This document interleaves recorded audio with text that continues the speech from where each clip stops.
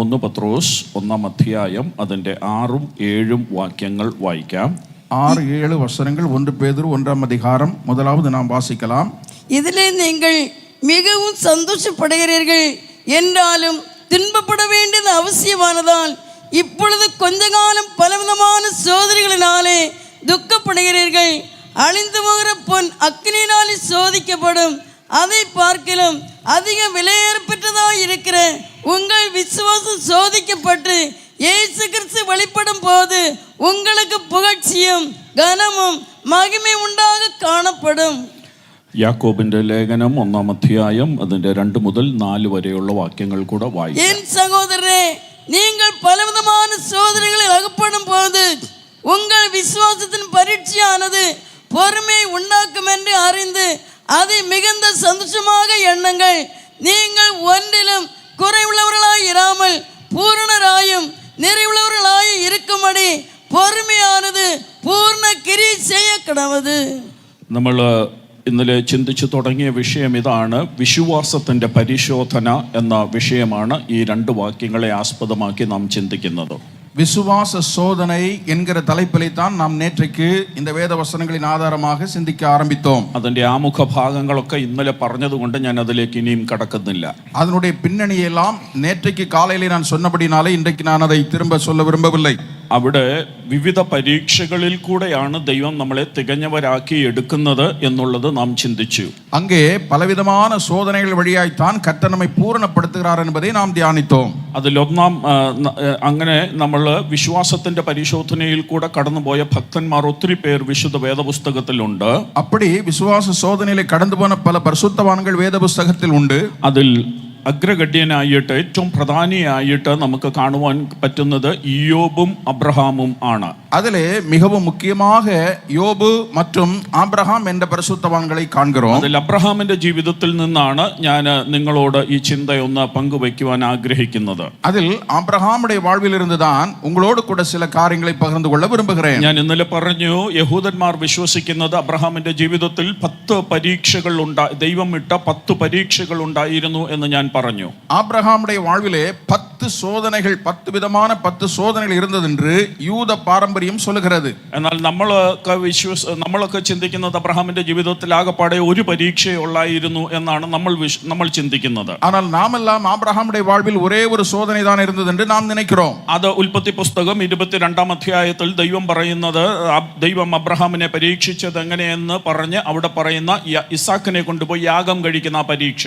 அது ஆதியாகமம் 22-ாம் அதிகாரத்தில் சொல்லப்பட்டிருக்கிற ஆபிரகாம் தன்னுடைய மகனாகிய ஈசாக்கை பலி செலுத்தின ஒரு சம்பவம். എന്നാൽ യഹൂദന്മാർ വിശ്വസിക്കുന്നത് അത് അബ്രഹാമിന്റെ ജീവിതത്തിലെ 10ാമത്തെ പരീക്ഷയാണ്. ஆனால் ஆபிரகாமுடைய வாழ்வில் அது 10வது சோதனை என்று யூதர்கள் நம்புகின்றனர். അപ്പൊ അതിനു മുൻപ് 9 എണ്ണം ഉണ്ട് എന്ന് അവർ പറയുന്നുണ്ടെങ്കിലും അത് ഏതൊക്കെയാണെന്ന് അവർ പറഞ്ഞിട്ടില്ല. அதற்கு முன்பு 9 சோதனை அவருக்கு இருந்தது என்று அவர்கள் நம்பினாலும் அவைகள் எவைகள் என்று சொல்லப்படவில்லை. അതുകൊണ്ട് ദൈവത്തിന്റെ പരിശുദ്ധാത്മാവിൽ ആശ്രയിച്ചുകൊണ്ട് വചനത്തിലേക്ക് ഞാൻ ചെന്ന് പഠിക്കുവാൻ ശ്രമിച്ചപ്പോൾ എനിക്ക് ദൈവാത്മാവ് കാണിച്ചു തന്ന അബ്രഹാമിന്റെ ജീവിതത്തിലെ 10 പരീക്ഷകളാണ് ഞാൻ നിങ്ങളോട് പങ്കുവയ്ക്കുന്നത്. அதை அடிസ്ഥാനமாக கொண்டு நான் வேதத்தை தியானித்த போது என்னென்ன சோதனைகள் ஆபிரகாமுக்கு வந்தது என்று தேவன் எனக்கு கற்றுக் கொடுத்தாரோ அவைகளை உங்களோடு பகிர்ந்து கொள்ள விரும்புகிறேன். ഒറ്റ വാക്കുകൂടെ ഇന്നലെ പറഞ്ഞത് ഞാൻ ഒന്നുകൂടെ പറയാം. 1ാമത്തെ പരീക്ഷ 2ാമത്തെ പരീക്ഷയ്ക്ക് വേണ്ടിയുള്ള ചവിട്ടുപടിയാണ്. 2ാമത്തെ പരീക്ഷ 3ാമത്തേതിനുള്ള ചവിട്ടുപടി. അങ്ങനെ ഓരോന്നും 10ാമത്തെ പരീക്ഷ വരെ എത്താനുള്ള ഓരോ ചവിട്ടുപടികളാണ്. நாம் சிறிய சோதனையிலிருந்து பெரிய சோதனைக்கு நேரே போகிறோம். அது 2வது சோதனைக்கு முதல் சோதனை படியாகவும் இப்படி அடுத்தடுத்த சோதனைகளுக்கு படியாக படிக்கற்களாக அவைகள் இருக்கின்றன என்பதை நாம் சிந்தித்தோம். അപ്പൊ 10ാമത്തെ പരീക്ഷയിൽ എത്തുന്നതിന് മുൻപ് ഈ 9 പടികൾ കയറി ചെന്നിട്ട് ഈ 9 പടികളിലും അനുഭവിച്ചതെല്ലാം കൂടെ ചേർത്താണ് 10ാം പരീക്ഷ വരുന്നത്. அப்படியானால் 10வது பரீட்சையிலே நாம் போய் நிற்பதற்கு முன்பு 9 படிகள் நாம் அனுபவித்து அனுபவத்தின் மூலமாக നാം സോധനകൾ വഴിയായി കടന്നു പോവதை അங்கே കുറിക്കുന്നത്. അതുകൊണ്ട് ഇനിയും ഞാൻ ഇത് പറഞ്ഞു പോകുമ്പോൾ ഈ പരീക്ഷകളെല്ലാം നിങ്ങളുടെ മനസ്സിൽ തങ്ങി നിൽക്കണം. വിശദീകരിക്കത്തില്ല, ഒന്ന് പറഞ്ഞു പോകത്തേ ഉള്ളൂ. ഇത് തങ്ങി നിൽക്കണം. കാരണം ഇതെല്ലാം നിങ്ങൾ 10ാമത്തെ പരീക്ഷയിൽ ഒരുമിച്ച് കാണാൻ പോകുകയാണ്. ഇതെല്ലാവற்றைയും அதற்கு முன்னே ஆபிரகாமுக்கு கொடுக்கப்பட்ட 9 சோதனைகளும் 10வது பரீட்சையை நாம் சோதனையை தியானிக்கும் போது மற்ற எல்லாவற்றையும் நீங்கள் சிந்தித்து உங்கள் மனதிலே வைத்துக் கொள்ள வேண்டும். ഒന്നാമത്തെ പരീക്ഷയായി നമ്മൾ കണ്ടത് ഉൽപ്പത്തി പുസ്തകം 12-ാം അധ്യായത്തിൽ കണ്ട അനുസരണത്തിന്റെ പരീക്ഷയാണ്. முதலாவது சோதனை என்பது ஆதியாகமத்திலே நாம் பார்க்கிற அந்த 12ஆம் அதிகாரம் 1ஆம் வசனத்தில் சொல்லப்பட்டிருக்கிற கீழ்ப்படிதல் என்கிற பரீட்சை. ആ പരീക്ഷയെ അബ്രഹാം ജയിച്ചു. அந்த சோதனையை ஆபிரகாம் ஜெயித்தான். അത് കഴിഞ്ഞ് രണ്ടാമത്തെ പരീക്ഷയ്ക്ക് വേണ്ടി ഒരുങ്ങുകയാണ്. அதற்கு அப்புறம் இரண்டாவது சோதனைக்கு அவர் ஆயத்தப்படுகிறார். ആ പരീക്ഷയ്ക്ക് ഞാൻ കൊടുക്കുന്ന പേര്, அந்த சோதனைக்கு நான் கொடுக்கிற பெயர் സ്വാർത്ഥതയുടെ പരീക്ഷ എന്നാണ്. സെൽഫിഷ്നെസ്. அது சுயநலத்திற்கான சோதனை. അപ്പം സ്വാർത്ഥതയുടെ പരീക്ഷയാണ് അബ്രഹാമിന്റെ ജീവിതത്തിലെ രണ്ടാമത്തെ പരീക്ഷ. சுயநலம் என்கிற இரண்டாவது பரீட்சை.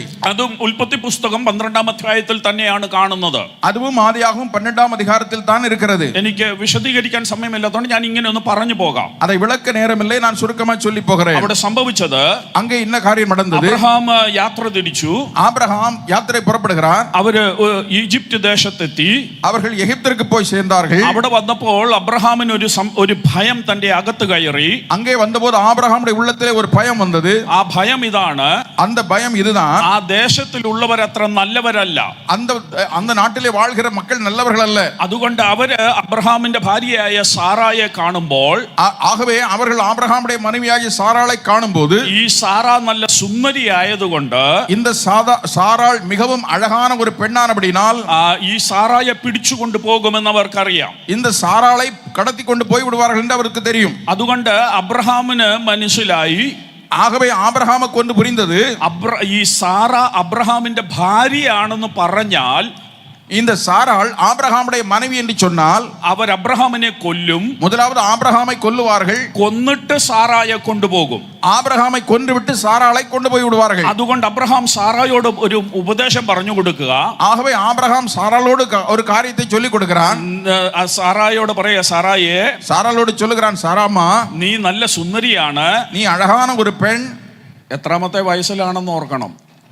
அப்ப சொல்லும் போது எவ்வளவு வயசாகணும் தெரியுமா? 65 വയസ്സുള്ള സാറായോട് 75 വയസ്സുള്ള അബ്രഹാം പറയുകയാ, 65 വയதான சாராளோடு 75 வயதான ஆபிரகாம் சொல்லுகிறார், നീ ഇപ്പോഴും സുന്ദരിയാ, നീ ഇപ്പോഴും അഴകുള്ള പെൺ. ഇവിടെ ഇരിക്കുന്ന ഭർത്താക്കന്മാരോട് ഞാനൊന്ന് ചോദിക്കുക, എന്നാ നിങ്ങൾ അവസാനമായിട്ട് നിങ്ങളുടെ ഭാര്യയോട് പറഞ്ഞത് നീ സുന്ദരിയാണെന്ന്?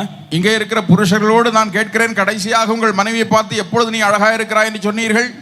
ഇവിടെ അബ്രഹാം 65 വയസ്സുള്ള സാറായോട് പറയാ, നീ സുന്ദരിയാ. இங்கே 65 வயதான சாராளை பார்த்து ஆபிரகாம் சொல்லுகிறான், நீ அழகான பெண். അതുകൊണ്ട് നിന്നെ അവർ പിടിച്ചോണ്ട് പോകും. ஆகவே உன்னை அவர்கள் கொண்டு போய் விடுவார்கள். നിന്നെ പിടിക്കണമെങ്കിൽ അവർ എന്നെ കൊല്ലും. உன்னை பிடித்து கொண்டு போக வேண்டுமானால் முதலாவது என்னை கொல்லுவார்கள். അതുകൊണ്ട് നീ ഒരു കാര്യം ചെയ്യണം. ஆகவே நீ ஒரு காரியம் செய்ய வேண்டும். നീ എന്റെ ഭാര്യയാണെന്ന് പറയരുത്. நீ என்னுடைய மனைவி என்று சொல்லக்கூடாது. നീ എന്റെ പെങ്ങളാണെന്നേ പറയാവൂ. நீ என்னுடைய சகோதரி என்று சொல்ல வேண்டும். അത് ഒരർത്ഥത്തിൽ ശരിയാണ്. ஒரு அர்த்தத்தில் அது சரிதான். അത് പിന്നീട് സമയം ഉണ്ടെങ്കിൽ ഞാൻ അത് വിശദീകരിക്കാം. நேரம் இருந்தால் பின்னால் அதை விளக்கலாம். ഇല്ലെങ്കിൽ ഇത്രയും മനസ്സിലാക്കിക്കോ, സാറ എന്റെ പെങ്ങളാണെന്ന് പറഞ്ഞോണം എന്ന് പറഞ്ഞു കൊടുക്കുകയാണ്. സാറാൾ என்னுடைய சகோதரி என்று சொல்ல வேண்டும் என்று சொல்லி கொடுக்கிறார். അപ്പൊ ഇവിടെ എന്താ സംഭവിച്ചെന്ന് ചോദിച്ചാൽ, இங்கே என்ன நடந்தது என்று கேட்டால், അബ്രഹാമിന് ദൈവത്തെ അങ്ങോട്ട് കടന്നു വിശ്വസിക്കാൻ ഒരു അല്പം ബുദ്ധിമുട്ട് വന്നതുകൊണ്ട്, ആബ്രഹാം സൂഴലയെ കാണ്ടി ദേവനെ വിശ്വാസിപ്പதற்கு சற்று കഠിനം വന്നപ്പോൾ, വിളിച്ചിറക്കിയ ദൈവം തന്റെ ജീവനെ സംരക്ഷിക്കാൻ കരുത്തുള്ള ദൈവമാണെന്ന് തിരിച്ചറിയാൻ അബ്രഹാമിന് ഇച്ചിരി പ്രയാസം വന്നതുകൊണ്ട്, அழைத்து வேறு பிரித்த தேவன் என்னுடைய ஜீவனை பாதுகாக்க வல்லமை உள்ளவர் என்பதை பகுத்தறிய ஆபிரகாம் சற்று தயங்கின போது, തന്റെ സ്വന്തം ജീവൻ സംരക്ഷിക്കാൻ വേണ്ടി സാറായിക്ക് ഒരു ബുദ്ധി ഉപദേശം പറഞ്ഞു കൊടുക്കുകയാണ്. தன்னுடைய சொந்த ஜீவனை பாதுகாத்துக் கொள்ள வேண்டும் என்று சாராளிடத்திலே தவறான ஒரு உபதேசத்தை கொடுக்கிறார். അപ്പൊ ഇവിടെ അബ്രഹാമിന് വലുത് അവന്റെ ജീവനാ. സാറായിക്ക് ഇനി എന്തോ പറ്റിയാലും എനിക്ക് കുഴപ്പമില്ല, പക്ഷെ എനിക്ക് എന്റെ ജീവൻ സൂക്ഷിക്കണം. இங்கே ஆபிரகாமுக்கு தன்னுடைய ஜீவன் தான் முக்கியமாக கருதப்பட்டதை தவிர சாராளுக்கு என்ன வேண்டுமானாலும் சம்பவிக்கலாம் என்று நினைத்தான். അതുകൊണ്ട് അവിടെ ഒരു ഇച്ചിരി സ്വാർത്ഥത അബ്രഹാമിനകത്ത് കയറി വന്നു. ஆகவே அவனுக்கு கொஞ்சம் சுயநலம் தன்னுடைய இருதயத்திலே வந்தது. ഇത് ഒരു പരീക്ഷയാണ്. இது அவனுக்கு வந்த ஒரு சோதனை. ഞാൻ ഇന്നലെ പറഞ്ഞ കാര്യം ഒന്നുകൂടെ പറയാം. நான் நேற்று சொன்ன காரியத்தை ஒரு முறை கூட சொல்லுகிறேன். ഞാൻ ഇവിടെ അബ്രഹാമിന്റെ കഥ പറയാനല്ല നിൽക്കുന്നത്.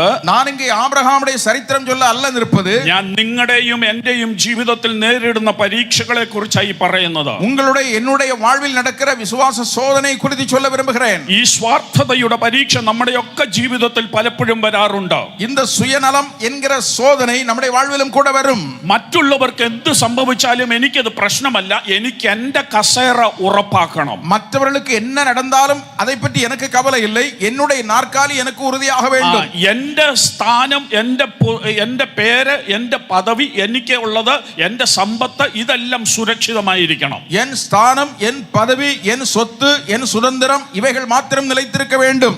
അതിനുവേണ്ടി വേറെ സ്വന്തം ഭാര്യ ആരെങ്കിലും പിടിച്ചോണ്ട് പോയാലും എനിക്ക് വിഷയമല്ല. அதற்காக சொந்த மனைவியை யாராவது கடத்தி கொண்டு போனாலும் அதை பற்றி எனக்கு பிரச்சனை இல்லை. അവളെ കൊണ്ടുപോയി അവരെന്ത് ചെയ്താലും എനിക്ക് വിഷയമല്ല. அவளை கொண்டு போய் அவளை என்ன செய்தாலும் எனக்கு பிரச்சனை இல்லை. ചുരുക്കി പറയട്ടെ, சுருக்கமாய் சொல்லுகிறேன், ഈ രണ്ടാമത്തെ പരീക്ഷ അബ്രഹാം തോറ്റു. இந்த இரண்டாவது சோதனையிலே ஆபிரகாம் தோல்வி அடைந்து போனான். ഞാൻ ഇന്നലെ പറഞ്ഞ പോലെ ഒരു കാര്യം കൂടെ വീണ്ടും പറയാം. நான் நேற்று சொன்னது போல ஒரு காரியத்தை மறுபடியும் சொல்லுகிறேன். ഓരോ ക്ലാസ്സിലും നമുക്ക് പരീക്ഷയുണ്ട്. ஒவ்வொரு வகுப்பிலும் நமக்கு பரீட்சைகள் உண்டு. ഒന്നാം ക്ലാസ്സിലെ പരീക്ഷ ജയിച്ചെങ്കിലേ രണ്ടാം ക്ലാസ്സിലോട്ട് കയറ്റി വിടത്തുള്ളൂ. ஒன்றாம் வகுப்பிலே பரீட்சை ஜெயித்தால் தான் இரண்டாம் வகுப்பிலே அனுமதிப்பார்கள். അത് കഴിഞ്ഞ് അവിടവും ജയിച്ചാലേ അടുത്ത ക്ലാസ്സിൽ കയറത്തുള്ളൂ. அந்த வகுப்பும் ஜெயித்தால் தான் அடுத்த வகுப்பிலே போக முடியும். ഇനി ഇവിടെ ഏതെങ്കിലും ഒരു ക്ലാസ്സിൽ തോറ്റാൽ, இங்கே ஏதாவது ஒரு வகுப்பிலே தோல்வி அடைந்தால் അവിടെ വീണ്ടും ആ പരീക്ഷ എഴുതിയെങ്കിലേ വീണ്ടും കയറത്തുള്ളൂ. மறுபடியும் பரீட்சை எழுதினால்தான், எழுதி ஜெயித்தால் தான் வகுப்புக்கு போக முடியும். ഇവിടെ അബ്രഹാം ഈ പരീക്ഷ തോറ്റു. இங்கே ஆபிரகாம் இந்த சோதனையிலே தோல்வி அடைந்து போனான். അതുകൊണ്ട് ഈ പരീക്ഷ ഇതുപോലെ തന്നെ വീണ്ടും പിന്നീട് അബ്രഹാമിന്റെ ജീവിതത്തിൽ വരുന്നത് ഞാൻ പിന്നെ നിങ്ങൾക്ക് കാണിക്കാം. நான் இதுபோல சோதனை மறுபடியும் ஆபிரகாமுடைய வாழ்விலே வருவதை சற்று பின்னால் உங்களுக்கு சொல்லுவேன். അതിനകത്തുനിന്ന് ഞാൻ കൈമാറുന്ന സന്ദേശം ഇതാണ്. இந்த சம்பவத்தின் மூலமாக உங்களோடு சொல்லுகிற ஒரு செய்தி இதுதான். നിങ്ങളുടെ ജീവിതത്തിൽ ദൈവം ഇടുന്ന വിശ്വാസത്തിന്റെ പരിശോധനയിൽ എവിടെയെങ്കിലും നിങ്ങൾ തോറ്റാൽ, ദൈവം വീണ്ടും നിങ്ങളെ അതിനകത്തുകൂടെ കടത്തിവിട്ട് അത് ജയിച്ചിട്ട് മാത്രമേ ദൈവം പിന്നീട് മുന്നോട്ട് വിടത്തുള്ളൂ. உங்கள் வாழ்வில் எப்போதாவது நீங்கள் தேவன் அனுமதிக்கிற சோதனைகளிலே தோல்வி அடைந்தால் மறுபடியும் தேவன் அதே சோதனை வழியாக உங்களை கடத்தி ஜெயிக்க வைத்துத்தான் அதற்கு மேல்படியிலே கொண்டு போவார். அப்ப രണ്ടാമത്തെ പരീക്ഷ അബ്രഹാം തോറ്റു, സ്വാർത്ഥതയുടെ പരീക്ഷ. சுயநலமாகிய அந்த சோதனையிலே ஆபிரகாம் தோல்வி அடைந்து போனார். ഇനി മൂന്നാമത്തെ പരീക്ഷയിലേക്ക് ദൈവം കൊണ്ടുപോവുകയാണ്. அடுத்த மூன்றாவது சோதனையிலே தேவன் கொண்டு போகிறார். അത് ഉൽപ്പത്തി പുസ്തകം 13-ാം അധ്യായം അതിന്റെ 8-9 വാക്യങ്ങളിലാണ് കിടക്കുന്നത്. அது ஆதியாகமம் 13-ാം அதிகாரம் 8-9 വചനങ്ങളിലേ അത് இருக்கிறது. അതിന്റെ പേര് ഞാൻ കൊടുത്തിരിക്കുന്നത് ടെസ്റ്റ് ഓഫ് വാല്യൂസ്, മൂല്യങ്ങളുടെ പരീക്ഷ എന്നാണ്. அதற்கு நான் கொடுத்திருக்கிறது மதிப்பு பெருகுதலாகிய சோதனை. അബ്രഹാമേ, നിനക്ക് എന്താണ് വിലപ്പെട്ടത്, നിനക്ക് എന്താണ് വലിയത് എന്ന് ദൈവം ശോധന ചെയ്ത ഒരു പരീക്ഷ. ஆபிரகாமே, உன்னுடைய வாழ்வில் எது விலையேற பெற்றதா இருக்கிறது என்று தேவன் அவனுடைய வாழ்க்கையை சோதித்து பார்த்தார். ഇവിടെ സംഭവിച്ചത് ഞാൻ പറയാം. அங்கே நடந்த சம்பவத்தை சொல்லுகிறேன். അബ്രഹാമിന്റെ കൂടെ ലോത്തും ഇറങ്ങി തിരിച്ചു. ஆபிரகாமோடு கூட லோத்தும் புறப்பட்டு போனார். ഇവർക്ക് ഒത്തിരി ആടുമാടുകളായി. அவர்களுக்கு ஏராளம் ஆடு மாடுகள் இருந்தது. ഇടയന്മാർ ഒത്തിരി പേരുണ്ട്. மேய்ப்பர்கள் ஏராளம் பேர் இருந்தார்கள். അപ്പൊ ഇവരുടെ രണ്ടു കൂട്ടരെയും ഇടയന്മാർ ആടുകളെ മേയ്ക്കാനായിട്ട് രാവിലെ ഇറങ്ങും. ஆபிரகாமுடைய லோத்துடைய ரெண்டு கூட்ட மேய்ப்பர்களும் காலையிலே எழும்பி புறப்படுவார்கள். ലോത്തിന്റെ ഇടയന്മാർ ഒരു ഭാഗത്ത് ചെന്ന് ആടുകളെ മേയ്ക്കും. லோத்துடைய மேய்ப்பர்கள் ஒரு பக்கத்திலே போய் ஆடுகளை மேய்ப்பார்கள். അബ്രഹാമിന്റെ ഇടയന്മാരും ആടുകളെ മേയ്ക്കാൻ ഇറങ്ങി ചെല്ലും. ஆபிரகாமுடைய மேய்ப்பர்களும் ஆடுகளை மேய்க்கும்படி புறப்படுவார்கள். എന്തായാലും കുറച്ചു കഴിഞ്ഞപ്പോൾ ഇവര് തമ്മിൽ ശണ്ടയുണ്ടാകാൻ തുടങ്ങി. அப்படி நடந்து கொண்டிருக்கும் பொழுது மாறி மாறி அவர்களுக்குள்ளே சண்டையிட ஆரம்பித்தார்கள். അപ്പൊ ഒരു ചോദ്യം വന്നു.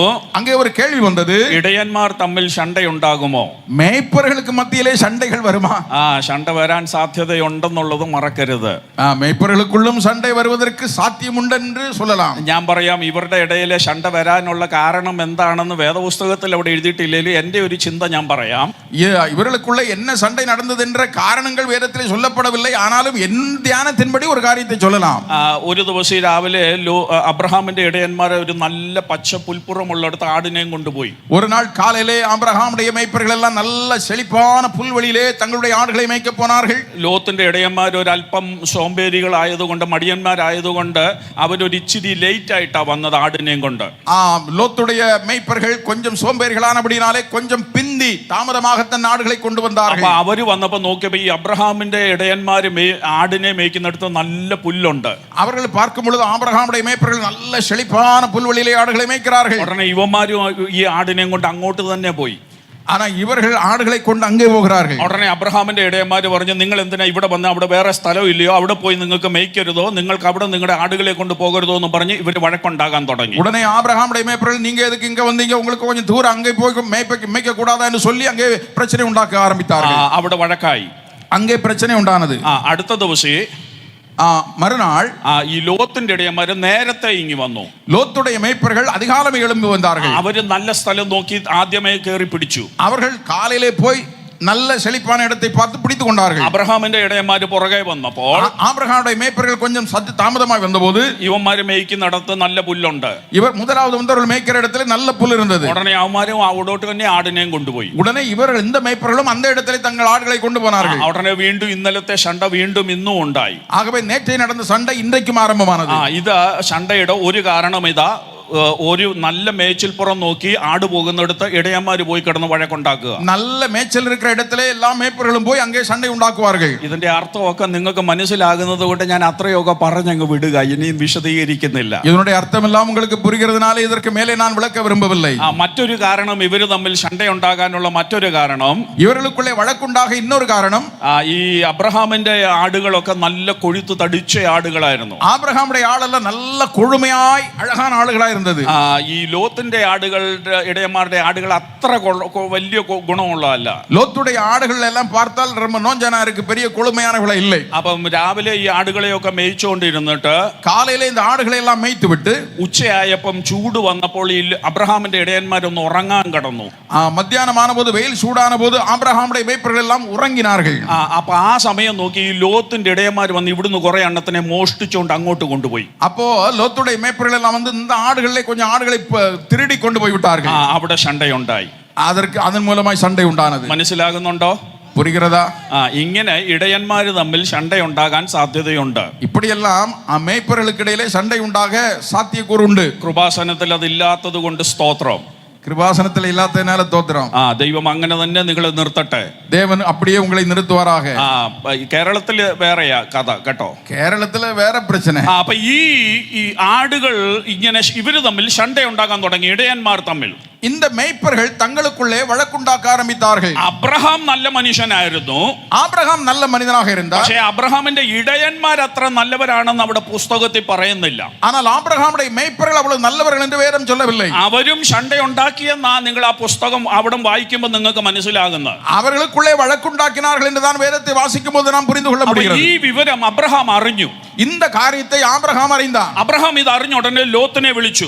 ஆபிரகாம் இதை அறிந்த உடனே லோத்தை அழைத்தான். ലോത്തിനെ വിളിച്ചിട്ട് പറഞ്ഞു, லோத்தை அழைத்து சொன்னான், ഞാൻ ഇങ്ങനെ ഒരു വാർത്ത കേൾക്കുന്നു, நான் இப்படி ஒரு காரியத்தை கேள்விப்படுகிறேன். എന്റെ ഇടയന്മാരും നിന്റെ ഇടയന്മാരും തമ്മിൽ ശണ്ടയുണ്ടാകുന്നുണ്ട്. என்னுடைய மேய்ப்பர்களுக்கும் உன்னுடைய மேய்ப்பர்களுக்கும் இடையிலே சண்டை உண்டாகிறது. പക്ഷേ ഇത് മുന്നോട്ട് പോകാൻ ഒക്കത്തില്ല. இதை இப்படியே நாம் நீட்டி கொண்டு போக முடியாது. അതുകൊണ്ട് അബ്രഹാം പറയുകയാ, ஆகவே ஆபிரகாம் சொல்லுகிறார், 8ാമത്തെ വാക്യം, 8வது வசனம், അതുകൊണ്ട് അബ്രഹാം ലോത്തിനോട്, ஆகவே ஆபிரகாம் லோத்தை பார்த்து, എനിക്കും നിനക്കും എന്റെ ഇടയന്മാർക്കും നിന്റെ ഇടയന്മാർക്കും തമ്മിൽ പിണക്കം ഉണ്ടാകരുത്, என்னுடைய மேய்ப்பர்களுக்கும் உன்னுடைய மேய்ப்பர்களுக்கும் இடையிலே சண்டை வரக்கூடாது. അടുത്ത വാക്യം ശ്രദ്ധിച്ചോണം. அடுத்த வசனத்தை கவனிக்க வேண்டும். നാം സഹോദരന്മാരല്ലോ, நாம் சகோதரர்களாய் இருக்கிறோம் அல்லவா? ദേശമെല്ലാം നിന്റെ മുൻപാകെ ഇല്ലയോ, இந்த தேசமெல்லாம் நமக்கு முன்பாக இருக்கிறது அல்லவா? എന്നെ വിട്ട് പിരിഞ്ഞാലും, என்னை விட்டு நீ பிரிந்து, നീ ഇടത്തോട്ടെങ്കിൽ ഞാൻ വലത്തോട്ട്, நீ இடது பக்கம் போனால் நான் வலது பக்கம் നീ போகிறேன், വലത്തോട്ടെങ്കിൽ ഞാൻ ഇടത്തോട്ട്, நீ வலது பக்கம் போனால் நான் இடது பக்கம் போகிறேன். അതിന്റെ 7ാമത്തെ വാക്യം കൂടെ ഞാനൊന്ന് വായിക്കട്ടെ. அதனுடைய 7ஆம் வசனத்தை கூட நான் வாசிக்கிறேன். അബ്രഹാമിന്റെ കന്നുകാലികളുടെ ഇടയന്മാർക്കും ലോത്തിന്റെ കന്നുകാലികളുടെ ഇടയന്മാർക്കും തമ്മിൽ പിണക്കമുണ്ടായി. ஆபிரகாமுடைய மேய்ப்பருக்கும் லோத்துடைய மேய்ப்பருக்கும் இடையிலே சண்டை உண்டானது. അടുത്ത വാക്യം ശ്രദ്ധിക്കണേ. அடுத்த வசனம் கவனிக்க வேண்டும். കനാന്യരും പെരിസ്ത്യരും അന്ന് ദേശത്ത് പാർത്തിരുന്നു. கானானியரும் பெலிஸ்தியரும் வந்து அந்த தேசத்திலே குடியிருந்தார்கள். അതുകൊണ്ട് അബ്രഹാം ലോത്തിനെ വിളിച്ചു. ஆகவே ஆபிரகாம் லோத்தை அழைத்து, അപ്പം ഇവര് തമ്മിൽ ഈ ശണ്ടയുണ്ടായപ്പോൾ അബ്രഹാം ഈ വാർത്തയെ അറിഞ്ഞപ്പോൾ അബ്രഹാമിന്റെ മനസ്സിൽ പോയ ചിന്ത ഇതാണ്. இவர்களுக்குள்ளே வழக்கு சண்டை உண்டான போது ஆபிரகாமுடைய சிந்தையிலே இந்த காரியம் தான் வந்தது. ഇവിടെ കനാന്യരും പെരിസ്ത്യരും ഈ ദേശത്തുണ്ട്. കാനാനിയരും പെലിസ്ത്യരും இந்த தேசத்திலே குடியிருக்கிறார்கள். അവർക്കെല്ലാം അറിയാവുന്ന ഒരു സാക്ഷ്യമുണ്ട്. அவர்களுக்கெல்லாம் தெரிந்திருக்கிற ஒரு சாட்சி உண்டு. ഞങ്ങൾ രണ്ടുപേരും സഹോദരന്മാരാണ്. நாங்கள் ரெண்டு பேரும் சகோதரர்கள். ഞങ്ങളെ വിളിച്ചിറക്കിയ ഒരു ദൈവത്തെ കുറിച്ച് ഞങ്ങൾ അവരോട് സാക്ഷ്യം പറഞ്ഞിട്ടുണ്ട്. எங்களை அழைத்து அனுப்பின ஒரு தேவனை குறித்து நாங்கள் அவரிடத்திலே சாட்சி சொல்லி இருக்கிறோம். അങ്ങനത്തെ ഒരു ദൈവത്തെ കുറിച്ച് അവർ ഇതുവരെ കേട്ടിട്ടില്ല. அப்படி ஒரு தெய்வத்தை குறித்து இதுவரைக்கும் அவர்கள் கேள்விப்பட்டதில்லை. പക്ഷേ അബ്രഹാം അവരോട് പറഞ്ഞു, എന്നെ സ്വർഗ്ഗത്തിലെ ദൈവമാണ് വിളിച്ചിറക്കിയത്, ആ വിളി കേട്ടാണ് ഞാൻ ഇറങ്ങി വന്നത് എന്നൊക്കെ പറഞ്ഞ് സാക്ഷ്യം പറഞ്ഞു. ஆனால் ஆபிரகாம் அவர்கள் மத்தியிலே என்னை பரலோகத்தின் தேவன் ஒருவர் உண்டு, அவர்தான் என்னை அழைத்து இங்கே கொண்டு வந்தார் என்று தேவனை குறித்து சாட்சி அவரிடத்திலே சொல்லி இருந்தார். അപ്പൊ ഇങ്ങനെ ഇത്ര വലിയവനായ ഒരു ദൈവത്തിന്റെ ദാസനായിട്ടൊക്കെ അബ്രഹാം ഇരിക്കുമ്പോൾ ഇവിടെ ഒരു ശണ്ട ഉണ്ടാകുന്നത് അബ്രഹാമിന് നാണക്കേടായി മാറി. இப்படி ஒரு பெரிய தேவனுடைய மனுஷனாக அல்லது ஊழியக்காரனாக இந்த ஜனங்களுக்கு முன்பதாக ஆபிரகாம் இருக்கும் பொழுது இவர்களுக்குள்ளே சண்டை வருவது அவருக்கு வெட்கம், கேவலமாக இருந்தது. അപ്പൊ അബ്രഹാമിന് മനസ്സിലായി, ഈ ശണ്ട ഇങ്ങനെ പോയാൽ ഞങ്ങൾ തമ്മിൽ സഹോദരന്മാർ ഇങ്ങനെ വഴക്കുണ്ടാക്കുന്നത് ഈ നാട്ടുകാരായ കനാന്യരും പെലിസ്ത്യരും അറിഞ്ഞാൽ അതിന്റെ നാണക്കേട് ദൈവത്തിനാ. இப்படி சகோதரர்களாக நாங்கள் சண்டையிட்டுக் கொண்டால் அந்த சண்டையை கானானியரும் பெலிஸ்தியரும் இவர்களெல்லாம் பார்த்தால் அதன் மூலம் வெட்கக்கேடு எங்களுக்கு மட்டுமல்ல, எங்களை அழைத்து அனுப்பின தேவனுக்கு. അതുകൊണ്ട് ദൈവത്തിന് നാണക്കേട് വരാതിരിക്കാൻ അബ്രഹാം ലോത്തിനോട് പറഞ്ഞു, பரலோகத்தின் தேவனுக்கு வெட்கம் வராதபடிக்கு ஆபிரகாம் லோத்தை பார்த்து சொன்னார், നമ്മൾ സഹോദരന്മാരാ, நாம் சகோதரர்களா இருக்கிறோம், നമ്മുടെ തമ്മിൽ ഇനി വഴക്കുണ്ടാക്കാൻ പാടില്ല, நமக்குள்ளே இனி சண்டையிடக்கூடாது, അതുകൊണ്ട് നമുക്ക് തമ്മിൽ പിരിയാം, ஆகவே நாம் பிரிந்து விடுவோம். എന്നിട്ട് ലോത്തിനോട് പറഞ്ഞു, சொல்லிவிட்டு லோத்தை பார்த்து சொல்லுகிறார், നീ ഇടത്തോട്ടെങ്കിൽ ഞാൻ വലത്തോട്ട്, நீ இடது பக்கம் போனால் நான் வலது பக்கம் നീ போகிறேன், വലത്തോട്ടെങ്കിൽ ഞാൻ ഇടത്തോട്ട്, நீ வலது பக்கம் போனால் நான் இடது பக்கம் போகிறேன். ഇവിടെ എന്താ ശ്രദ്ധിക്കണം, இதிலே நாம் கவனிக்க வேண்டிய விஷயம், ആരെയാ ദൈവം ആക്ച്വലി വിളിച്ചിറക്കിയത്? உண்மையிலேயே தேவன் அழைத்தது யாரை? ലോത്തിനെ അല്ല വിളിച്ചിറക്കിയത്, லோத்தை அல்ல அழைத்தது, അബ്രഹാമിനെയാ വിളിച്ചിറക്കിയത്. ஆபிரகாமை தான் தேவன் அழைத்தார். അപ്പം ഇവിടെ തെരഞ്ഞെടുക്കാൻ, നല്ല ദേശം തെരഞ്ഞെടുക്കാനുള്ള ആദ്യത്തെ സ്വാതന്ത്ര്യം അബ്രഹാമിനാ ഉള്ളത്. முதலாவது நல்ல தேசத்தை சுதந்தரித்து தெரிந்தெடுப்பதற்கான சுதந்திரம் முதலாவது ஆபிரகாமுக்கு இருந்தது. പക്ഷേ അബ്രഹാം അത് വിട്ടുകൊടുത്തിട്ട്, ஆனால் ஆபிரகாம் அந்த சுதந்திரத்தை விட்டு கொடுத்து ലോത്തിനോട് പറയുകയാ, லோத்தை பார்த்து சொல்லுகிறார், നീ ആദ്യം തെരഞ്ഞെടുത്തോ, நீ முதலாவது ஒரு இடத்தை தெரிந்து கொள், അത് കഴിഞ്ഞ് ബാക്കിയുള്ള ഇടം മതി എനിക്ക്, அப்புறமாக மீதி இருக்கிற இடம் எனக்கு போதும். അവിടെ എന്താ അബ്രഹാം പറഞ്ഞതിന്റെ സാരമെന്നറിയാമോ? ஆபிரகாம் அங்கே சொன்னதனுடைய விஷயம் என்ன தெரியுமா? നിങ്ങൾക്കറിയാം, ലോത്ത് തലപൊക്കി നോക്കി, உங்களுக்கு தெரியும், லோத்து தன் தலையை ஏறெடுத்து பார்த்து, അവൻ നോക്കിയപ്പോ നല്ല നീരോട്ടമുള്ള ദേശം കണ്ടു. அவன் தன் கண்களை ஏறெடுத்து பார்த்தபோது நீர்வளமுள்ள ஒரு தேசத்தை கண்டான். ദൈവത്തിന്റെ തോട്ടം പോലെ ഇരിക്കുന്ന ദേശം, அது தேவனுடைய தோட்டத்தை போல இருந்த இடம். അവൻ ആ ദേശം തെരഞ്ഞെടുത്തു. அவன் அந்த தேசத்தை தெரிந்தெடுத்தார். ഒന്നുമില്ലാത്ത ദേശം അബ്രഹാമിന് വിട്ടുകൊടുത്തു. ஒன்றுமில்லாத ஒரு இடத்தை ஆபிரகாமுக்கு விட்டு கொடுத்தார். അപ്പൊ അബ്രഹാം ഇവിടെ പറഞ്ഞത് സാക്ഷ്യം എന്താണെന്ന് അറിയാമോ ലോത്തിനോട്? ஆபிரகாம் இங்கே சொன்ன சாட்சி என்ன தெரியுமா? അബ്രഹാം പറഞ്ഞത്, ലോത്തേ, നീ ഏറ്റവും നീരോട്ടമുള്ള ദൈവത്തിന്റെ തോട്ടം പോലെയുള്ള ദേശം നീ തെരഞ്ഞെടുത്തിട്ട്, ஆபிரகாம் லோத்தை பார்த்து, லோத்தே, நீ தேவனுடைய தோட்டத்தை போல இருக்கிற அருமையான நீர்வளமுள்ள தேசத்தை தெரிந்தெடுத்தாய். ഇതെടുത്തിട്ട് നീ മരുഭൂമിയാണ് എനിക്ക് വിട്ടു തരുന്നതെങ്കിലും, இதை நீ எடுத்து விட்டு அந்த வனாந்தரமான இடத்தை எனக்கு தருகிறாய் என்றாலும், എനിക്കൊരു കാര്യം അറിയാം, എന്നെ വിളിച്ച ദൈവം ഈ മരുഭൂമിയിലും എന്നെ നടത്താൻ കരുത്തുള്ള ദൈവമാ. எனக்கு ஒரு காரியம் தெரியும், என்னை அழைத்த தேவன் இந்த வனாந்தரத்திலும் செழிப்பாக நடத்துகிற தேவன். ഞാൻ ദൈവ ശബ്ദം കേട്ടിറങ്ങിയപ്പോൾ പച്ച പുൽദേശം കണ്ടിട്ടല്ല ഞാൻ ഇറങ്ങിയത്. தேவனுடைய அழைப்பின் சத்தத்தை கேட்டு நான் புறப்பட்ட போது செழிப்பான இடத்தை கண்டு அல்ல நான் புறப்பட்டது. അതുകൊണ്ട് നീ നല്ല ദേശം എടുത്തിട്ട് മരുഭൂമി തന്നാലും എന്റെ ദൈവം എന്നെ നടത്തുവാൻ വിശ്വസ്തനാ. ஆகவே நீ வனாந்தரமான இடத்தை எனக்கு தந்து விட்டு நீ செழிப்பான இடத்தை தந்தாலும் இந்த வனாந்தர தேசத்தையும் செழிப்பாக்குகிற தெய்வம் என்னோடு கூட உண்டு. ഇതാണ് മൂല്യങ്ങളുടെ പരീക്ഷ. இதுதான் இந்த சோதனை. അബ്രഹാമേ, നിനക്ക് കൺമുൻപിൽ കാണുന്ന നന്മയാണോ വലുത്, അതോ അത് തരാൻ കഴിയുന്ന ദൈവമാണോ വലുത്? அப்ரஹாமே, உன்னுடைய கண்ணுக்கு முன்னால் காண்பதை பார்த்து நம்புவதா அல்லது அதற்கு அதை செழிப்பாக்குகிற தெய்வம் பெரியவரா? അതാണ് മൂല്യങ്ങളുടെ പരീക്ഷ എന്ന് പറയുന്നത്. இதுதான் ஆபிரகாம் பெற்றுக்கொண்ட அடுத்த சோதனை. അത് അബ്രഹാം ജയിച്ചു. அதை ஆபிரகாம் ஜெயித்தார். നാലാമത്തെ പരീക്ഷ, நான்காவது சோதனை, ലോത്ത് ഇപ്പോൾ വേറെ ദേശത്ത് പോയി കഴിഞ്ഞു. നല്ല ദേശമൊക്കെ അവൻ പിടിച്ചെടുത്തു. லோத்து நல்ல செழிப்பான செழிப்பான இடத்திலே போய் குடியிருந்தான். ഒരു പക്ഷെങ്കിൽ നാളുകളിൽ അബ്രഹാമിന് കിട്ടാൻ സാധ്യതയുള്ള ഒരു നന്മയായിരുന്നു. ஒருவேளை அன்றல்லாவிட்டால் மறுநாளாவது ஆபிரகாமுக்கு கிடைக்கக்கூடிய ஒரு இடமாகத்தான் அதெல்லாம் இருந்தது. പക്ഷേ ഇപ്പൊ അത് ലോത്തിന് കിട്ടി. ஆனால் இப்பொழுது அவைகளெல்லாம் லோத் எடுத்துக்கொண்டான். അത് കഴിഞ്ഞ് നാലാമത്തെ പരീക്ഷ, அது முடிந்து நான்காவது சோதனை, വിശ്വസ്തതയുടെ പരീക്ഷ, உண்மையுள்ள மனுஷனா என்பதை குறித்த சோதனை, ടെസ്റ്റ് ഓഫ് ഫെയ്ത്ത്ഫുൾനെസ്. அது உண்மை உள்ளவனா என்பதை குறித்த சோதனை. അത് ഉൽപ്പത്തി പുസ്തകം 14-ാം അധ്യായത്തിന്റെ 14-ാം വാക്യത്തിൽ അതിനെ ആസ്പദമാക്കി ഞാൻ ഇങ്ങനെ പറയാം. ஆபிரகாம் ஆதியாகமம் 14-ാം அதிகாரம் 14-ാം വചനത്തെ അടിസ്ഥാനമാക്കി இப்படி நான் சொல்லுகிறேன். ലോത്ത് ചെന്ന ദേശത്ത് ഒരു യുദ്ധമുണ്ടായി. லோத்து போய் வாசம் பண்ணின அந்த தேசத்திலே ஒரு யுத்தம் உண்டானது. നിങ്ങൾ വീട്ടിൽ ചെന്ന ചരിത്രമൊക്കെ വായിച്ചാൽ മതി. நீங்கள் வீட்டில் போய் சரித்திரத்தை வாசியுங்கள். അവിടെ ലോത്തിനെയും കൂട്ടരെയും അവിടുത്തെ ശത്രുക്കൾ പിടിച്ചോണ്ട് പോയി. லோத்தையும் அவனுடைய எல்லா காரியங்களையும் சத்துருக்கள் பிடித்துக் கொண்டு போய் விட்டார்கள். അബ്രഹാം ഇത് അറിഞ്ഞു. ஆபிரகாம் இதை கேள்விப்பட்டான். ഇത് അറിഞ്ഞ ഉടനെ, இதை കേൾവിപ്പെട്ട ഉടനെ അബ്രഹാം അവന്റെ വീട്ടിൽ ജനിച്ചു വളർന്ന 318 അഭ്യാസികളെയും വിളിച്ചുകൊണ്ട് ഇവരുടെ പുറകെ പോയി. ஆபிரகாம் அவனுடைய வீட்டிலே பிறந்து வளர்ந்த வேலைக்காரராக 318 பேரையும் அழைத்துக் கொண்டு அந்த சேனையை தொடர்ந்து போனான். അവന്റെ സ്വന്തം സഹോദരപുത്രനായ ലോത്തിനെ അവൻ വിടുവിച്ചുകൊണ്ട് തിരിച്ചു വന്നു. அவன் அங்கே யுத்தத்திற்கு போய் சொந்த சகோதரனாகிய லோத்தையும் அவனுடைய எல்லாவற்றையும் திரும்ப பிடித்துக் கொண்டு வருகிறான். ഇതാണ് വിശ്വസ്തതയുടെ പരീക്ഷ എന്ന് പറയുന്നത്. இதுதான் உண்மை உள்ளவன் என்கிறதற்கான ஒரு சோதனை. എന്തുകൊണ്ടാ ഞാൻ അതിനെ അങ്ങനെ പറഞ്ഞെന്ന് പറയാം. நான் ஏன் அப்படி சொல்லுகிறேன் என்று சொல்லலாம். അത് പറയണമെങ്കിൽ ആദ്യം എന്റെ കാര്യം പറഞ്ഞെങ്കിലേ പറ്റൂ. முதல்ல அதை சொல்ல வேண்டுமானால் என் சொந்த அனுபவத்தை சொன்னால் தான் முடியும். അനുഭവമല്ല, എന്റെ ഒരു ഇത് ചിന്തയിൽ അങ്ങ് പറയുകയാണ്. என்னுடைய ஒரு தியானத்தின்படி நான் சொல்லுகிறேன். അബ്രഹാമിന്റെ സ്ഥാനത്ത് ഞാനാണെന്ന് ഇരിക്കട്ടെ. ஆபிரகாமுடைய இடத்திலே நான் ஒருவேளை இருந்தால், ഈ ലോത്തിനെ പിടിച്ചോണ്ട് പോയെന്ന് അറിയട്ടെ, ശത്രു പിടിച്ചോണ്ട് പോയെന്നുള്ളത് അറിഞ്ഞു. லோத்தை சத்துருக்கள் பிடித்துக் கொண்டு போய்விட்டார்கள் என்று கேள்விப்படுகிறான். അങ്ങനെ അത് അറിയുന്ന ഉടനെ, அப்படி கேள்விப்பட்ட உடனே ഞാൻ ആദ്യം ചെയ്യുന്നത് എന്താണെന്ന് ചോദിച്ചാൽ, நான் முதலாவது செய்கிறது என்ன செய்வேன்? ഞാൻ യോബ് പാസ്റ്ററിന്റെ അടുക്കൽ ചെല്ലും. நான் யோபு பாஸ்டரிடத்திலே போவேன். ഞാൻ യോബ് പാസ്റ്ററിന്റെ അടുക്കൽ പറയും, நான் யோபு பாஸ்டரிடத்திலே சொல்லுவேன், എത്രയും വേഗത്തിൽ എന്റെ വീട്ടിൽ ഒരു സ്തോത്ര പ്രാർത്ഥന നടത്തണം.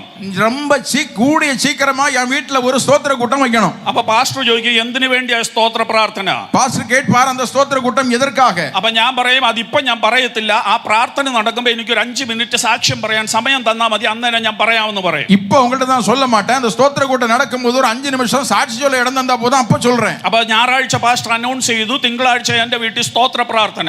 அப்ப ஞாயிற்றுக்கிழமை சபையிலே பாஸ்டர் அனௌன்ஸ் பண்ணாரு, திங்கட்கிழமை பாஸ்டரோட வீட்டிலே வீட்டு கூட்டம். പ്രാർത്ഥനയുടെ സമയത്ത് എനിക്ക് സാക്ഷ്യത്തിന് സമയം തന്നു. அந்த ஜெபம் முடிந்த உடனே சாட்சிக்கு 5 நிமிடம். അപ്പൊ ഞാൻ എഴുന്നേറ്റ് സാക്ഷ്യം പറയുകയാ. அப்பொழுது அவர்கள் எழும்பி சாட்சி சொல்லுகிறார்கள். പ്രിയമുള്ള ദൈവമക്കളെ, பிரியமான தேவனுடைய பிள்ளைகளே, നിങ്ങൾക്കെല്ലാം അറിയാം, ഞാനും എന്റെ സഹോദരപുത്രനും കൂടെ ഊരിന്റെ ദേശത്ത് നിന്ന് ദൈവശബ്ദം കേട്ട് ഞങ്ങൾ ഇറങ്ങി വന്നതാ. உங்களுக்கெல்லாம் தெரிந்திருக்கிறபடி நானும் என்னுடைய சகோதரனும் ஊர் என்கிற கல்லேருடைய பட்டணத்திலிருந்து ஆண்டவருடைய அழைப்பை கேட்டு புறப்பட்டு வந்தோம். പക്ഷേ ഇവിടെ വന്നു കഴിഞ്ഞപ്പോൾ ഞങ്ങൾ തമ്മിൽ ചെറിയ പ്രശ്നങ്ങളൊക്കെ ഉണ്ടായി. ஆனால் இங்கே வந்தபோது எங்களுக்கும் அவளுக்கும் சில பிரச்சனைகள் வந்தது. പക്ഷേ അവൻ എന്റെ കൂടെ ഇറങ്ങി തിരിച്ചതുകൊണ്ട് എനിക്ക് അവനെ ഉപേക്ഷിക്കാൻ വയ്യ. என்னோடு கூட இறங்கி வந்தபடினாலே அவனை நான் தள்ளிவிட முடியவில்லை. പക്ഷേ ദൈവശബ്ദം കേട്ടതൊക്കെ ഞാനാ. ஆனால் தேவனுடைய அழைப்பை பெற்றது நான். എന്തായാലും ശരി, ഞങ്ങൾ തമ്മിൽ വേർപിരിഞ്ഞപ്പോൾ അവന് ഏതെങ്കിലും ഒരു ദേശം തെരഞ്ഞെടുക്കാൻ പറഞ്ഞു. எப்படியும் நாங்கள் பிரிந்தபோது அவனிடத்திலே ஒரு தேசத்தை தேர்ந்தெடுக்க சொன்னேன். അപ്പൊ അവൻ ഉള്ളതിൽ ഏറ്റവും നല്ല ദേശം അവൻ തെരഞ്ഞെടുത്തിട്ട് എനിക്ക് ഈ മരുഭൂമിയെ അവൻ തന്നത്. அன்றைக்கு இருந்த இடத்திலேயே மிக நல்ல செழிப்பான இடத்தை அவன் தெரிந்தெடுத்து கொண்டு எனக்கோ இந்த வனாந்தரமான இடத்தை கொடுத்து விட்டான். പക്ഷെ ഇപ്പൊ എന്തോ സംഭവിച്ചെന്ന് ചോദിച്ചാൽ, ஆனால் இப்பொழுது என்ன நடந்தது என்று கேட்டால், എനിക്ക് വരേണ്ടിയ നന്മ എന്റെ കയ്യിൽ നിന്ന് തട്ടിയെടുത്ത എന്റെ സഹോദരപുത്രനെ ശത്രു പിടിച്ചോണ്ട് പോയി. எனக்கு வர வேண்டிய நன்மையை என் கையிலிருந்து தட்டி பறித்து விட்டதான என் சகோதரனை தேவன் சத்துருடைய கையிலே ஒப்பு கொடுத்து விட்டார். അതുകൊണ്ട് ദൈവം അതിന് പ്രതികാരം ചെയ്തതുകൊണ്ട്, എനിക്ക് വേണ്ടി പ്രതികാരം ചെയ്തതിന് സ്തോത്രം പറയാനാ ഈ പ്രാർത്ഥന വെച്ചതെന്ന് പറയും. தேவன் ஆகவே எனக்காக தேவன் யுத்தம் பண்ணி பிரதிபலன் எனக்கு செய்தபடியினாலே அதற்காக ஒரு ஸ்தோத்திர கூட்டம் தான் இந்த கூட்டம். അങ്ങനല്ലയോ നമ്മളൊക്കെ പലപ്പോഴും ചെയ്യുന്നത്? அப்படித்தானே நம்ம எல்லாம் பல நேரங்களும் செய்கிறோம். ഇതാണ് വിശ്വസ്തതയുടെ പരീക്ഷ. இதுதான் நாம் தேவனுக்கு உண்மை உள்ளவர்களா என்பதை குறித்த சோதனை. എന്നെ ഉപദ്രവിച്ച എന്റെ സഹോദരൻ ഒരു ആപത്ത് വന്നാൽ ഞാൻ അതിൽ സന്തോഷിക്കുകയല്ല, മറിച്ച് മുട്ടുമടക്കി യുദ്ധം ചെയ്ത് അവനെ വിടുവിക്കുക എന്നതാ എന്റെ കടമ. எனக்கு விரோதமாக எழும்பின சகோதரனுக்கு ஒரு சோதனை வந்தபோது அவனுக்கு விரோதமாக எழும்புகிறதல்ல, மாறாக தேவனுக்கு முன்பதாக முழங்கால் படியிட்டு ஜெபித்து அவனை அந்த இக்கட்டிலிருந்து விடுவிப்பதுதான் தேவனுக்கு உண்மையான ஒரு வாழ்க்கை. ചിലപ്പോൾ നിങ്ങളെ കുറിച്ച് ഇല്ലാത്ത അപവാദങ്ങൾ പറഞ്ഞു കാണും, നിങ്ങളെ കുറിച്ച് വേണ്ടാത്ത കഥകൾ ഉണ്ടാക്കി കാണും, നിങ്ങളെ കുറിച്ച് എഴുതി കാണും, നിങ്ങളെ ആകപ്പാടെ നാശമാക്കി കാണും. പക്ഷേ അവർക്കൊരാപത്ത് വരുമ്പോൾ നിങ്ങൾ പ്രതികരിക്കരുത്. നിങ്ങൾ മുട്ടുമടക്കി യുദ്ധം ചെയ്ത് അവരെ തിരിച്ചു കൊണ്ടുവരണം. உங்களுக்கு விரோதமாக பலரும் பலவிதமான வீணான பொய்யான குற்றச்சாட்டுகளை சொல்லி இருக்கலாம், கடிதங்கள் எழுதியிருக்கலாம். ஆனால் அவர்களுக்கு விரோதமாக ஒரு சோதனை, ஒரு போராட்டம் அவருடைய வாழ்விலே வரும்போது அவர்களுக்கு விரோதமாக நாம் சிரிக்காமல் முழங்கால் படிட்டு அவர்களுக்காக ஜெபித்து அவர்களை அதிலிருந்து வெளியே கொண்டு வர வேண்டும். അബ്രഹാം ആ പരീക്ഷ ജയിച്ചു. ஆபிரகாம் அந்த சோதனை ஜெயித்தான். അഞ്ചാമത്തെ പരീക്ഷ, ஐந்தாவது சோதனை, കാത്തിരിപ്പിന്റെ പരീക്ഷ. அது தேவனுக்காக காத்திருக்கிற ஒரு சோதனை. ഉൽപ്പത്തി പുസ്തകം 15-ാം അധ്യായം ஆதியாகமம் 15-ஆம் அதிகாரம் 1-ാമത്തെ വാക്യം. முதலாவது வசனம். അതിന്റെ ശേഷം അബ്രഹാമിന് ദൈവ ദർശനത്തിൽ യഹോവയുടെ അരുളപ്പാട്. இதற்கு பின்பு ஆபிரகாமுக்கு கர்த்தர் தரிசனமாகி ദൈവം പിന്നീട് അങ്ങോട്ട് ദൈവം ചില വാഗ്ദത്തങ്ങൾ കൊടുത്തിട്ട് പറയുക, ഞാൻ നിന്റെ അതിമഹത്തായ പ്രതിഫലമാകുന്നു എന്നൊക്കെ പറഞ്ഞ് ഒരു വാഗ്ദത്തം കൊടുക്കുകയാണ്. அதை தொடர்ந்து நான் உனக்கு மகாபெரிய பலனும் கேடகமா இருக்கிறேன்னு சொல்லி ஒரு வாக்குத்தத்தத்தை கொடுக்கிறார். നിനക്കൊരു സന്തതിയെ തരുമെന്ന് പറഞ്ഞ് വാഗ്ദത്തം കൊടുക്കുകയാണ്. நான் உனக்கு ஒரு சந்ததியை தருவேன் என்று அவனுக்கு வாக்குத்தத்தத்தை கொடுக்கிறார். ഇവിടെയാണ് അബ്രഹാം കാത്തിരിക്കാൻ തുടങ്ങി വാഗ്ദത്തം കേട്ടപ്പോൾ തൊട്ട്. இந்த வாக்குத்தத்தத்தை கேட்டதிலிருந்து ஆபிரகாம் தேவனுக்காக காத்திருக்க ஆரம்பித்தான். നോക്കണമേ, ഈ ദൈവം ഇടപെടുമ്പോൾ പലപ്പോഴും ക്രമാതീതമായിട്ട് പ്രോഗ്രസീവായിട്ടാണ് ദൈവം നമ്മളോട് ഇടപെടുന്നത്. தேவன் நம்முடைய வாழ்க்கையிலே கிரியை செய்வது என்பது அது கொஞ்சம் கொஞ்சம் கொஞ்சமாய் அவர் கிரியை செய்ய ஆரம்பிப்பார். ഉൽപ്പത്തി പുസ്തകം 12-ാം അധ്യായത്തിന്റെ 7-ാം വാക്യത്തിൽ ദൈവം അബ്രഹാമിനോട് പറഞ്ഞു, ഞാൻ നിന്റെ സന്തതികൾക്ക് ആ ദേശം കൊടുക്കുമെന്ന് പറഞ്ഞു. ஆதியாகமம் 12-ஆம் அதிகாரம் 7-ஆம் வசனத்திலே கர்த்தர் ஆபிரகாமோடு நான் உன்னுடைய சந்ததிக்கு அந்த தேசத்தை கொடுப்பேன் என்று முதலாவது சொல்லுகிறார். അത് കഴിഞ്ഞ് 13-ാം അധ്യായത്തിന്റെ 15-ാം വാക്യത്തിൽ വരുമ്പോൾ ദൈവം പറയുകയാ, ഞാൻ നിന്റെ കൺമുൻപിൽ നീ കാണുന്ന ഈ ദേശമൊക്കെയും നിനക്ക് തരാം, നീ അതുകൊണ്ട് ആ ദേശത്തുകൂടെ കുറുകെ നടക്കാൻ പറഞ്ഞു. அதன் பின்பு 13-ஆம் அதிகாரம் 15-ஆம் வசனத்திலே நாம் வரும்பொழுது நான் நீ காண்கிற இந்த தேசத்தை உனக்கு தருவேன், நீ தெற்கையும் மேற்கையும் நட என்று சொல்லுகிறார். അപ്പൊ ആദ്യം പറഞ്ഞതിനേക്കാൾ കുറച്ചുകൂടെ വ്യക്തമാക്കി 13-ാം അധ്യായത്തിലെ വാഗ്ദത്തം. முதலாவது சொன்னதை விட இப்பொழுது கொஞ்சம் கூட தெளிவாக அந்த வாக்குத்தத்தத்தை உறுதிப்படுத்துகிறார். എന്നാൽ 15-ാം അധ്യായത്തിൽ വന്ന് വാഗ്ദത്തം കൊടുക്കാൻ നേരം அந்த 15-ஆம் அதிகாரத்திலே பின்பு வாக்குத்தத்தத்தை கொடுக்கும்போது കുറച്ചുകൂടെ അത് വ്യക്തമാക്കി ദൈവം. இன்னும் கொஞ்சம் அதிகமாய் தெளிவாய் சொல்லுகிறார். നിങ്ങൾ വീട്ടിൽ ചെന്നിട്ട് അതിന്റെ 18 മുതൽ 20 വരെയുള്ള വാക്യങ്ങൾ വായിച്ചു നോക്കണം. വീട്ടിലെ പോയി അതിലെ 18 മുതൽ 20 വസനങ്ങളെ നിങ്ങൾ വാസിத்து பாருங்கள். ദൈവം കൃത്യമായിട്ട് കൊടുക്കുന്ന അതിരുകൾ ദൈവം പറഞ്ഞു കൊടുക്കുകയാണ്. தேவன் அவனுக்கும் அவன் சந்ததிக்கும் கொடுக்கிற அதிர்களை, அதாவது எல்லைகளை தேவன் குறித்து கொடுக்கிறான். അപ്പം ഇതെല്ലാം അബ്രഹാം കേട്ടു. ഇതെല്ലാം ആബ്രഹാം കേൾക്கிறான். അബ്രഹാം കേട്ടിട്ട് ദൈവത്തോട് ചോദിച്ചു. 15-ാം അധ്യായത്തിൽ ചോദിക്കുക, ദൈവം പറഞ്ഞു ഞാൻ നിന്റെ വലിയ പ്രതിഫലമാണെന്നൊക്കെ പറഞ്ഞുകൊണ്ട് ഇറങ്ങി വന്നപ്പോൾ தேவன் ஆபிரகாமோடு கூட நான் உனக்கு மகாபெரிய பலனா இருக்கிறேன் என்று சொன்ன பிறகு അബ്രഹാം ദൈവത്തോട് ചോദിച്ചു, ஆபிரகாம் தேவனை பார்த்து கேட்கிறான், അങ്ങനെക്ക് എന്തു തന്നിട്ടുണ്ട്? நான் நீர் எனக்கு என்னதான் தந்தீர், பிள்ளை இல்லாமல் இருக்கிறேனே, എനിക്കൊരു സന്തതി ഇല്ലല്ലോ, പിന്നെ എന്തിനാ എനിക്ക് ഇതെല്ലാം എന്നൊക്കെയുള്ള നിലയിൽ അബ്രഹാം ദൈവത്തോട് ചോദിച്ചു. நீர் இப்படியெல்லாம் இருந்தாலும் அதனால எனக்கு என்ன பிரயோஜனம், நான் பிள்ளை இல்லாமல் இருக்கிறேனே. അവിടെ ദൈവം വീണ്ടും ആ വാഗ്ദത്തം ഉറപ്പിക്കുകയാ. ദൈവം അബ്രഹാമിനെ കാത്തിരിക്കാൻ വേണ്ടി ഒരുക്കുകയാ. அங்கே தேவன் மறுபடியும் அந்த வாக்குத்தத்தத்தை உறுதிப்படுத்தி ஆபிரகாமை காத்திருக்கும்படி உற்சாகப்படுத்துகிறார். അത് ഒരു വിധത്തിൽ അബ്രഹാം ഇങ്ങനെ ജയിച്ച് മുന്നോട്ട് വരികയാണ്. ഒരു വിധത്തിൽ ആബ്രഹാം ഒവ്വൊരു സോധനകളെയും ജയിച്ച് മുന്നേറി വരുகிறார். അപ്പൊ ഈ കാത്തിരിപ്പിന്റെ പരീക്ഷ ഇങ്ങനെ ജയിച്ചു വന്നപ്പോഴാണ് 16-ാം അധ്യായത്തിൽ വന്നപ്പോൾ 6-ാമത്തെ പരീക്ഷ വരുന്നത്. காத்திருக்கிறதாகி இந்த சோதனையை அவன் ஜெயித்து 16-ஆம் அதிகாரத்திற்கு வரும்போது இன்னொரு அடுத்த சோதனை வருகிறது. അതാണ് ക്ഷമയുടെ പരീക്ഷ. அதுதான் மன்னிப்பாகிய, மன்னிக்கிறானா இல்லையா என்று பார்க்கிற சோதனை. മன்നിപ്പല്ല, പേഷ്യൻസ്, பொறுமையாகிய சோதனையை அங்கே கொடுக்கிறார். അത് ഈ കാത്തിരിപ്പിന്റെ കൂടെ വരുന്ന ഒരു പരീക്ഷയായി ഈ ക്ഷമ എന്ന് പറയുന്നത്. കാത്തിരിപ്പോട് കൂടെ വരുகிற ഒരു സോധனை தான் பொறுமை. അപ്പൊ 6-ാമത്തെ പരീക്ഷയാണ് ഈ പരീക്ഷ. 6வது சோதனை தான் இந்த காத்திருக்கிறதுல பொறுமையாகிய சோதனை. ഇവിടെ അബ്രഹാം ചെറുതായിട്ട് വീണ്ടും പരാജയപ്പെടുകയാണ്. இங்கே ஆபிரகாம் மறுபடியும் ஒரு சின்ன பின்னடைவு பின்னடைவு வருகிறது. വാഗ്ദത്തം കേട്ടിട്ട് ഇപ്പോൾ ഏതാണ്ട് 10 വർഷം കഴിഞ്ഞു. வாக்குத்தத்தம் கேட்டு கிட்டத்தட்ட 10 ஆண்டுகள் தாண்டி விட்டது. യാതൊരു ലക്ഷണവുമില്ല ഒരു തലമുറയെ ലഭിക്കുന്ന. ஒரு பிள்ளை கிடைப்பதற்கான எந்த சாத்தியக்கூறுகளும் தெரியவில்லை. ഇങ്ങനെ ഇരിക്കുമ്പോൾ സാറ അബ്രഹാമിന് ഒരു ബുദ്ധി പറഞ്ഞു കൊടുക്കുകയാണ്. இப்படி இருக்கும் பொழுது சாராள் ஆபிரகாமுக்கு ஒரு ஆலோசனை கொடுக்கிறார். അതെല്ലാം എന്താണെന്ന് നിങ്ങൾക്ക് നല്ലവണ്ണം അറിയാം. அது என்னவென்று உங்களுக்கு நன்றாய் தெரியும். എന്തായാലും അബ്രഹാം അതങ്ങ് കേട്ടു, അനുസരിക്കേണ്ടി വന്നു. எப்படியும் ஆபிரகாம் அதை கேட்டு கீழ்ப்படிய வேண்டியது வந்தது. അങ്ങനെ അവസാനം അവിടെ എന്താ നടന്നെന്നുള്ളത് നമുക്കറിയാം. അവൻ അവസാനം ഹാഗാർ ആ വീട് വിട്ടു പോകേണ്ടി വന്നു. கடைசியிலே அதன் மூலமாக என்னவெல்லாம் சம்பவித்தது என்றும் ஆகார் வீட்டை விட்டு போக வேண்டியது வந்தது என்று நமக்கு தெரியும். അപ്പൊ ഈ ക്ഷമയുടെ പരീക്ഷയുടെ കാര്യത്തിൽ ദൈവം പറഞ്ഞ സമയത്തിനും ദൈവത്തിന്റെ വഴിക്ക് വേണ്ടിയും കാത്തിരിക്കുന്നതിൽ അബ്രഹാം പരാജയപ്പെട്ടു. தேவன் சொன்னதை பெற்றுக்கொள்ளுகிறது வரைக்கும் காத்திருக்கிற அந்த சோதனையிலே ആബ്രഹാം തോൽവി അടൈந்தார். അപ്പം എന്തായാലും അതും കഴിഞ്ഞ് പിന്നീട് 7ാമത്തെ പരീക്ഷയിലേക്ക് പോവുകയാണ്. അதையும் താണ്ടി മറുപടിയും 7ാவது സോധനയ്ക്ക് നേരായി പോകുகிறார். 7ാമത്തെ പരീക്ഷയാണ് ഉടമ്പടിയുടെ പരീക്ഷ.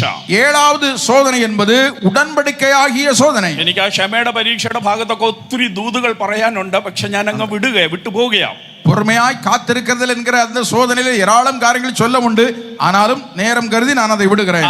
7ാമത്തെ പരീക്ഷയിലേക്ക് വരികയാണ്. 7ാவது சோதனைக்கு நேராய் வருவோம். ഇതാണ് ഉടമ്പടിയുടെ പരീക്ഷ. இதுதான் உடன்படிக்கை என்கிற ஒரு பரீட்சை. അത് ഉൽപ്പത്തി പുസ്തകം 17ാം അധ്യായത്തിലാണ് കിടക്കുന്നത്. அது ஆதியாகமம் 17ാം அதிகாரத்தில் இருக்கிறது. അതിന്റെ 1-2 വാക്യങ്ങൾ നമുക്കൊന്ന് വായിക്കാം. 1-2 வசனங்களை வாசியுங்கள்.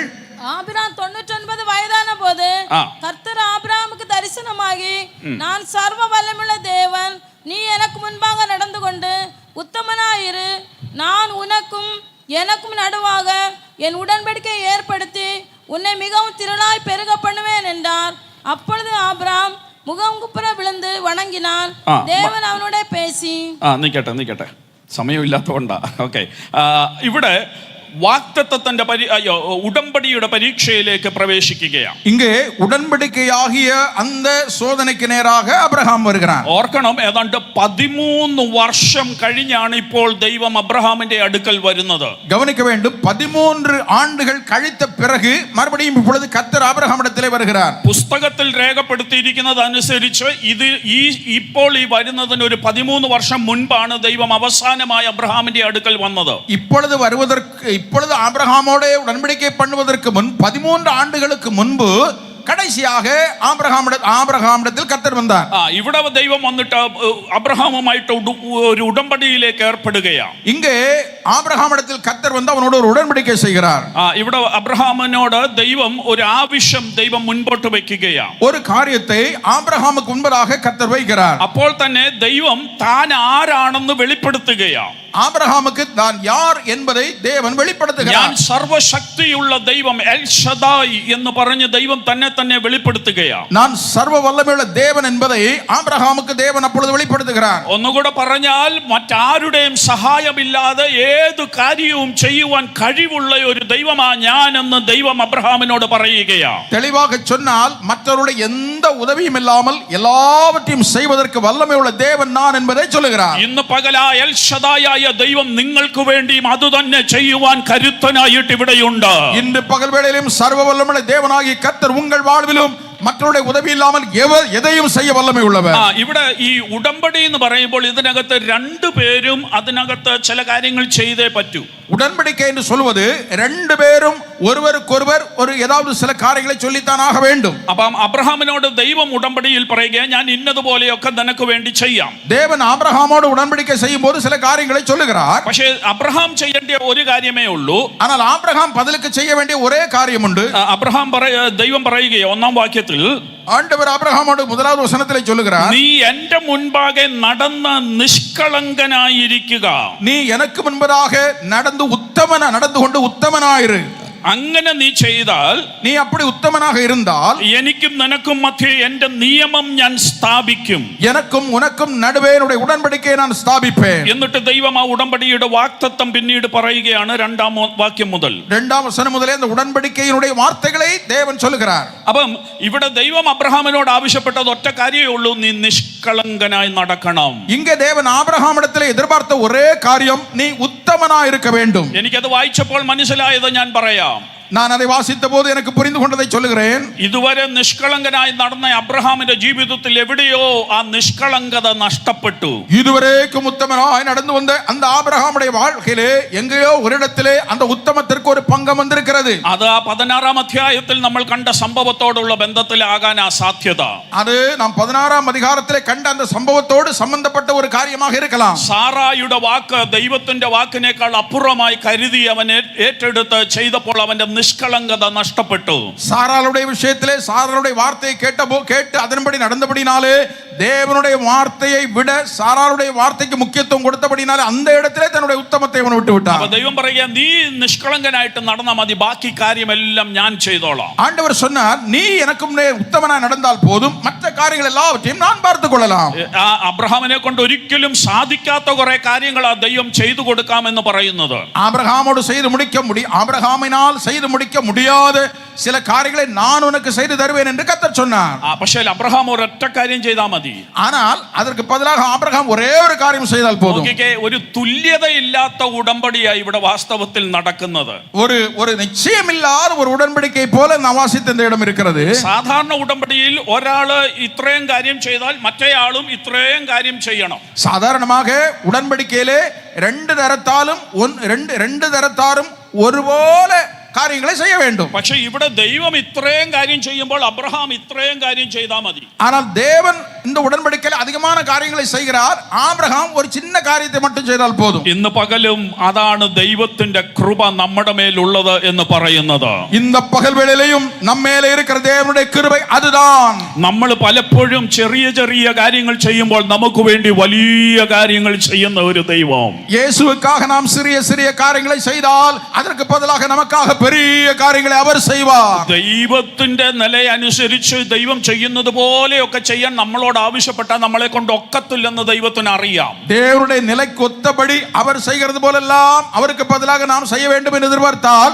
நம்மால செய்ய முடியாது. അതുകൊണ്ട് നമുക്ക് ഒക്കുന്ന കുറച്ച് ചെറിയ കാര്യങ്ങളൊക്കെ ദൈവം നമ്മളോട് ആവശ്യപ്പെടുന്നുള്ളൂ. ஆகவே நம்மாலே முடிகிற சில சின்ன காரியங்களை தான் தேவன் நம்மிடத்தில் எதிர்பார்க்கிறார். അതിലേറ്റവും പ്രധാനം നീ വിശുദ്ധനായി നടക്കണം, കാരണം ഞാൻ വിശുദ്ധനാണ്. அதிலே முக்கியமான ஒரு காரியம், நீ பரிசுத்தனாக இருக்க வேண்டும், காரணம் நான் பரிசுத்தமாக இருக்கிறபடியால். അത്രയും കാര്യം ചെയ്യാമെങ്കിൽ ബാക്കി കാര്യങ്ങളൊക്കെ ദൈവം നമുക്ക് വേണ്ടി ചെയ്യും. இவ்வளவையும் நீ செய்வாயானால் மீதி உனக்காக எல்லாவற்றையும் நான் உனக்காய் செய்து தருவேன். അപ്പോൾ ഇവിടെ ദൈവം അബ്രഹാമിന് ഒരു ഉടമ്പടി സ്ഥാപിക്കുകയാ. அப்போ இங்கே ஆபிரகாமோடு தேவன் தன்னுடைய உடன்படிக்கையை ஸ்தாபிக்கிறார். ഈ ഉടമ്പടി സ്ഥാപിക്കുന്ന സമയത്ത് இந்த உடன்படிக்கையை செய்யும் போது 4 മുതൽ 8 വരെയുള്ള വാക്യങ്ങൾ നിങ്ങൾ പിന്നീട് വായിച്ചു നോക്കിയാൽ 4 മുതൽ 8 വരെയുള്ള വചനങ്ങളെ നിങ്ങൾ പിൻപ് വാസിத்து பாருங்கள். അവിടെ 6 കാര്യങ്ങൾ ദൈവം എടുത്തെടുത്ത് പറയുന്നത് കാണാൻ പറ്റും. அங்கே தேவன் 6 காரியங்களை திரும்ப எடுத்து சொல்லுகிறார். മുമ്പേ ഞാൻ പറഞ്ഞു, ദൈവം വാഗ്ദത്തം തരുമ്പോൾ പടിപടിയായിട്ട് ആ കൂടുതൽ കാര്യങ്ങൾ ചേർത്ത് പറയുന്നത്. நான் முன்னே சொல்லும்போது தேவன் வாக்குத்தத்தங்களை தரும்போது அல்லது ஆசீர்வாதங்களை தரும்போது கொஞ்சம் கொஞ்சமாய் படிப்படியாகத்தான் அவர் செய்வார். ഇവിടെ നിങ്ങൾ നോക്കിയാൽ ഈ 6 കാര്യങ്ങൾ പറഞ്ഞു വരുമ്പോൾ കഴിഞ്ഞ പ്രാവശ്യം പറഞ്ഞതിനേക്കാൾ കൂടുതൽ കാര്യങ്ങൾ ദൈവം ഇതിനകത്ത് ഉൾപ്പെടുത്തിയിട്ടുണ്ട്. இங்கே நாம் வாசிக்கும் போது கடந்த தடவைகள் ஆபிரகாமோடு பேசினவைகளை பார்க்கலும் கொஞ்சம் அதிகமாக இந்த இடத்திலே சொல்லுகிறார். അങ്ങനെ അവർ തമ്മിൽ ഒരു ഉടമ്പടിയിലേക്ക് ഏർപ്പെട്ടു. இப்படி அவருக்கு மாறி ஒருவருக்கு உடன்படிக்கை செய்தார்கள். ആ ഉടമ്പടിയിൽ പരിച്ഛേദന ഏൽക്കണം എന്നുള്ള വിഷയമാണ് ദൈവം രണ്ടാമതായിട്ട് അബ്രഹാമിനോട് ആവശ്യപ്പെടുന്നത്. அந்த உடன்படிக்கையிலே விருத்த சேதனம் செய்ய வேண்டும் என்கிற ஒரு உடன்படிக்கையை அங்கே சொல்லுகிறார். അവിടെയും അബ്രഹാം ജയിച്ചു. അതിലെയും ஆபிரகாம் ஜெயம் எடுக்கிறார். അങ്ങനെ കാര്യങ്ങൾ മുൻപോട്ട് പോയപ്പോൾ 8ാമത്തെ പരീക്ഷയിലേക്ക് വരികയാണ്. அப்படி அவர் முன்னேறி செல்லுகிற பொழுது 8வது சோதனை ஆபிரகாமின் வாழ்க்கையிலே வருகிறது. ഇനിയും ശ്രദ്ധിച്ചോണം, 8ഉം 9ഉം പരീക്ഷ ശരിക്കും പറഞ്ഞാൽ അബ്രഹാമിനെ 10ാമത്തേതിനു വേണ്ടി നന്നായിട്ട് ഒരുക്കുന്ന ഒരു പരീക്ഷയാണ്. நன்றாய் நீங்கள் கவனித்தால் 8, 9 ஆகிய 2 பரீட்சைகளும் 10வது சோதனையை ஜெயிப்பதற்காக இந்த ரெண்டிலும் ஆபிரகாமை கர்த்தர் நன்றாய் ஆயத்தப்படுத்துகிறார். 1 മുതൽ 7 വരെയും ഇത് തന്നെയാണ് ചെയ്യുന്നത്. പക്ഷേ 8ഉം 9ഉം വളരെ പ്രാധാന്യമുള്ള 2 പരീക്ഷകളാണ്.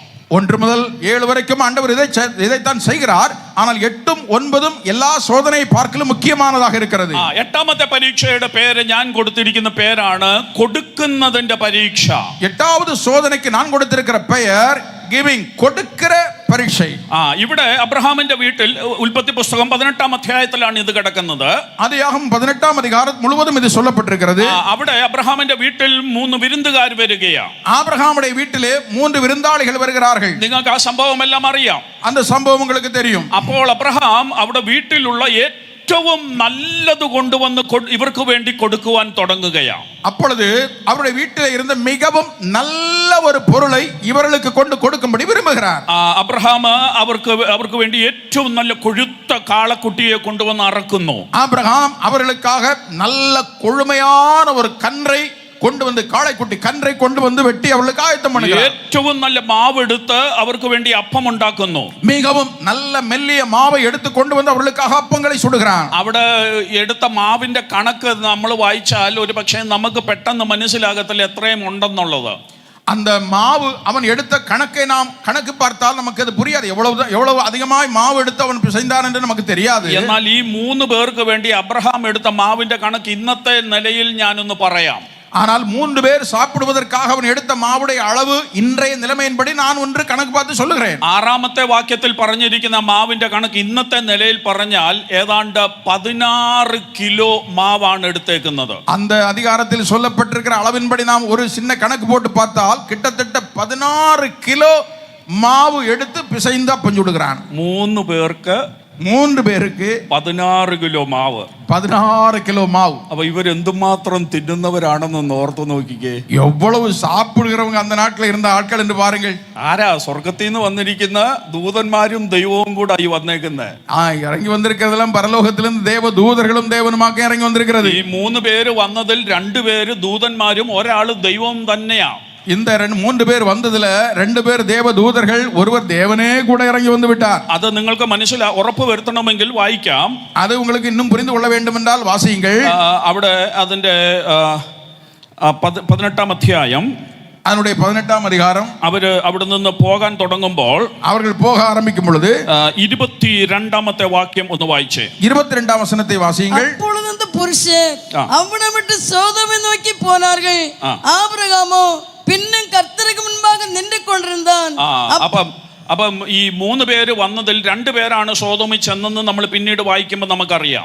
பிறகு நம்ம பின்னால வாசிக்கும் போது அதுல 3 பேர்ல 2 பேர் தான் சோதோமுக்கு போனாங்கன்னு வாசிக்கிறோம். ലോത്തിന്റെ അടുക്കൽ 2 പേരാ ചെന്ന്. ലോത്ത് இடத்துல 2 പേർ കടന്നു പോனாங்க. ബാക്കി ഒരാൾ ഇവിടെ നിന്നപ്പോൾ ആ ആളിന്റെ മുൻപിലാണ് അബ്രഹാം ഈ നിൽക്കുന്നത് ഇപ്പോൾ പക്ഷവാദം ചെയ്യുവാൻ. மீதி ஒரு ஆள் இங்கே நிற்கிறார், அவருக்கு முன்பதாக ஆபிரகாம் நிற்கிறார் திறப்பில் நின்று வேண்டிக் கொள்ள. അതാരാണെന്ന് അവിടെ പറയുക, അബ്രഹാം യഹോവയുടെ മുൻപിൽ തന്നെ നിന്നു. அங்கே சொல்லப்பட்ட ആബ്രഹാം കർത്തർക്ക് മുൻപാകെ നിன்றான்.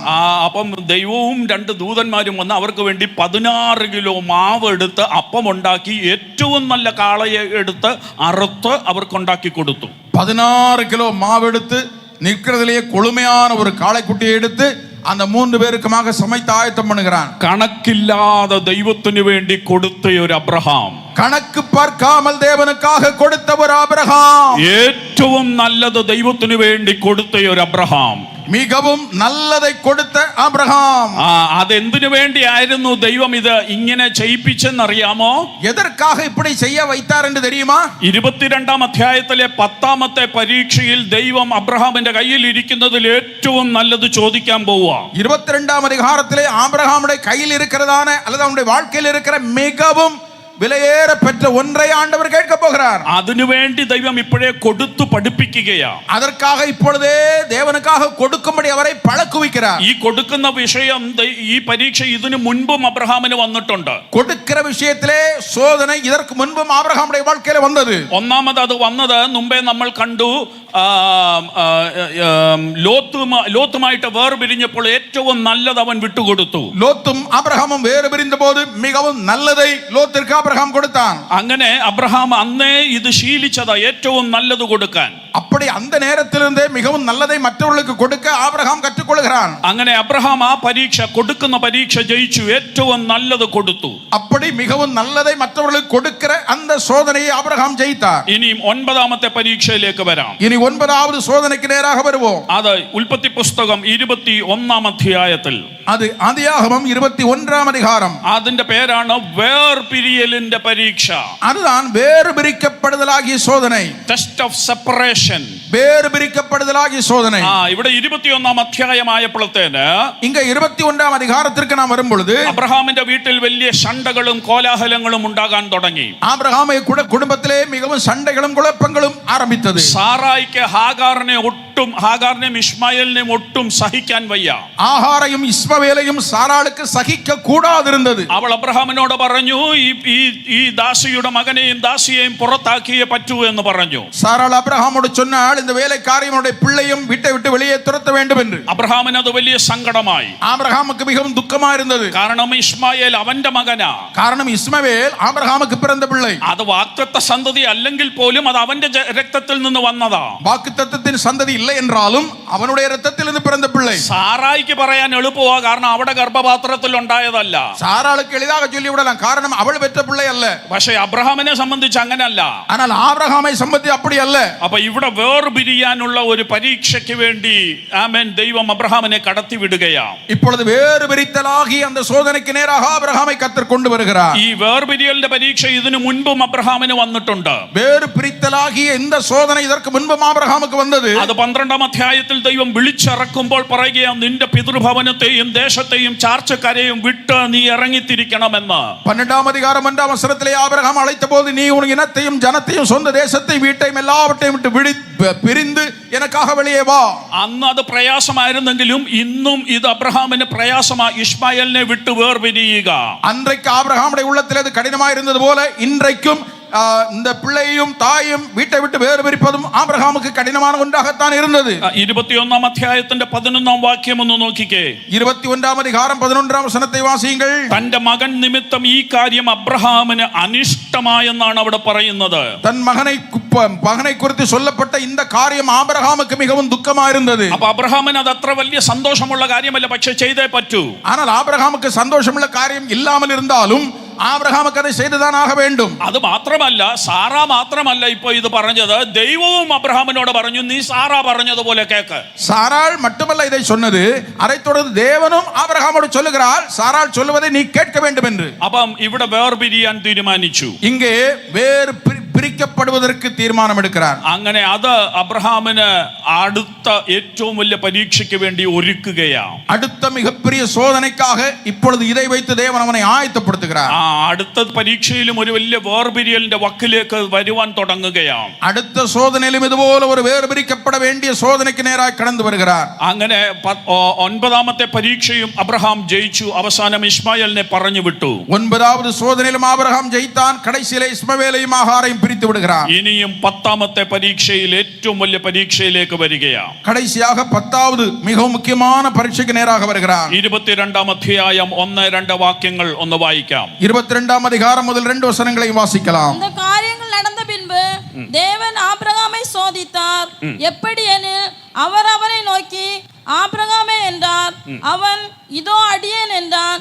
அப்பொழுது அவர், உன் புத்திரனும் உன் ஏகசுதனும் உன் நேசகுமாரனுமாகிய ஈசாக்கை நீ இப்பொழுது அழைத்து கொண்டு மோரியா தேசத்துக்கு போய் அங்கே நான் உனக்கு குறிக்கும் மலைகள் ஒன்றின் மேல் அவனை தகன பலியாக பலியிடு என்றார்.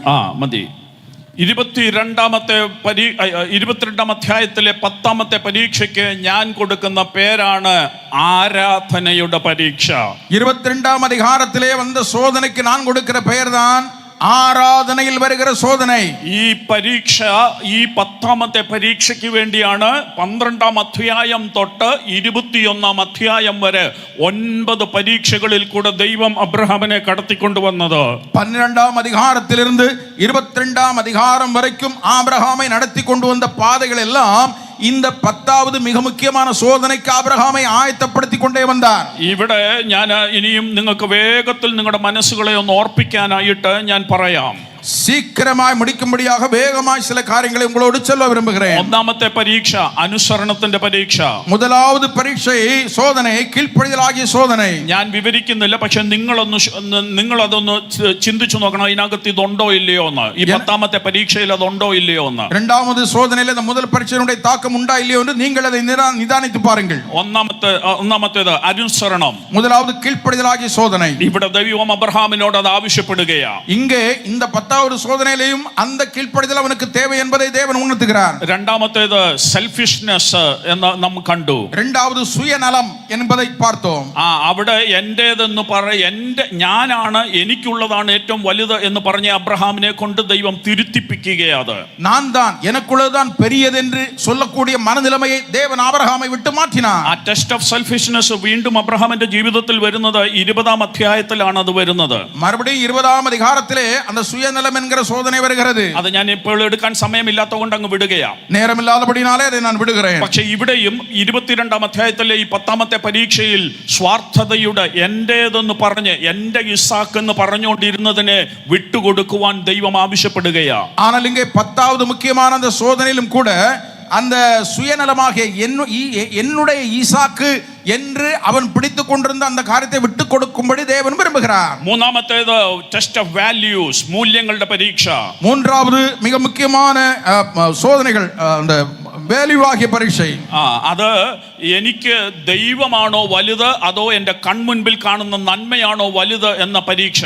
என் கண் முன்னே காண்கிற நன்மைகளா இல்ல தெய்வம் பெரியவரா என்று சொல்லி பிரித்து பார்க்கிறதான வாழ்க்கையிலே முக்கியமானவைகளை பிரித்தெடுக்கிறதான சோதனை. ദാനമാണോ ദാതാവാണോ വലുത്? தானமா அல்லது தெய்வமா எது பெருசு? അപ്പൊ ഇവിടെ ഇസാക്കാണോ വലുത്, ഇസാക്കിനെ തന്ന ദൈവമാണോ വലുത് എന്ന ശോധന വരികയാ. இங்க ஈசாக்கு பெரியவனா இல்லை ஈசாக்கை கொடுத்த தேவன் பெரியவனா என்கிற கேள்வி வருகிறது. നാലാമത് വിശ്വസ്തതയുടെ പരീക്ഷ. நான்காவது உண்மை இருக்கிறதா என்கிறதான சோதனை. തനിക്കെതിരെ ചെയ്തവർക്കും ഒരു ദോഷവും സംഭവിക്കാതെ അവരെ പോയി വിടുവിച്ചുകൊണ്ട് വന്ന അബ്രഹാമിന്റെ നല്ല മനസ്സ്. തനക്ക് വിരോധമായി നടന്നു കൊണ്ടവர்கள் സോദനയിൽ അകപ്പെട്ട പോത് അവരെയും വിടുവിച്ചു കൊണ്ടുവന്ന നല്ല മനസ്സ്. ഇവിടെയും അത് വരുന്നുണ്ട്, ഇങ്ങേയും അത് വരുகிறது. ദൈവം അബ്രഹാം പറയുന്നത് ഈ ചാരത്തിനകത്തു നിന്ന് ദൈവത്തിന് എനിക്ക് എന്റെ മകനെ തിരിച്ചു തരാൻ പറ്റും, അതുകൊണ്ട് ദൈവം ആവശ്യപ്പെട്ടാൽ ഞാൻ അവനെ കൊടുക്കാൻ തയ്യാറാണ്. അതാണ് അബ്രഹാമിന്റെ വിശ്വസ്തത. ഇങ്ങേ ആബ്രഹാം അവனுடைய உண்மை என்று சொல்வது என்ன? அந்த மகனை பலி கொடுக்கும் போது அவன் சொல்லுகிறான், இந்த குப்பையிலிருந்து சாம்பலிலிருந்து ஈசாக்கை எழுப்பி தாரும் என்று கேட்டால் அவர் தருவார் என்கிற விசுவாசம் இருந்தபடியினாலே தான் அங்கே ஒப்பு கொடுக்கிறான். ഇങ്ങനെ ഓരോ പരീക്ഷകളും ഇതിന് ഈ 10-ാമത്തേതിൽ വരുന്നുണ്ട്. അടുത്തത് ടെസ്റ്റ് ഓഫ് വെയിറ്റിംഗ്, കാത്തിരിപ്പിന്റെ പരീക്ഷ. അടുത്തதாக കാത്തിരിക്കുதல் என்கிற പരീക്ഷை. ഇത്രയും നാളും കാത്തിരുന്നിട്ട് കിട്ടിയ മോനെയാണ് ഇപ്പൊ കൊണ്ടുപോയി യാഗം കഴിക്കാൻ ദൈവം പറയുന്നത്. இத்தனை ஆண்டு காலங்கள் காத்திருந்து பிறகு கிடைத்த அந்த மகனைத்தான் கொண்டுപോയി பலி செலுத்த தேவன் விரும்புகிறார். ആറാമത്തേത് ടെസ്റ്റ് ഓഫ് പേഷ്യൻസ്. ஆறாவது பொறுமை என்கிற சோதனை. ശരിക്കും സഹിക്കുവാനുള്ള കൃപ ദൈവം അവിടെ അബ്രഹാമിന് കൊടുത്തു പഠിപ്പിച്ചു. பொறுமையாய் சகித்தல் என்கிற சோதனை ஆபிரகாமுக்கு கொடுத்து ஜெயிக்க வைத்தார். അതാണ് അബ്രഹാമിന് ധൈര്യം കൊടുത്തത്. ചാരത്തിനകത്തുനിന്നും ദൈവത്തിന് തരാൻ പറ്റുമെന്നുള്ള വിശ്വാസം അവനിൽ വളർത്തിയത് അതാ. அங்கேதான் ஆபிரகாமுக்கு என் பிள்ளையை இந்த சாம்பலில் இருந்து எழுப்பித்தார் என்று கேட்டாலும் தருவார் என்கிற விசுவாசத்தை கொடுத்தது. ഏഴാമത്തേത് ഉടമ്പടിയുടെ പരീക്ഷ. ஏழாவது உடன்படிக்கையின் சோதனை.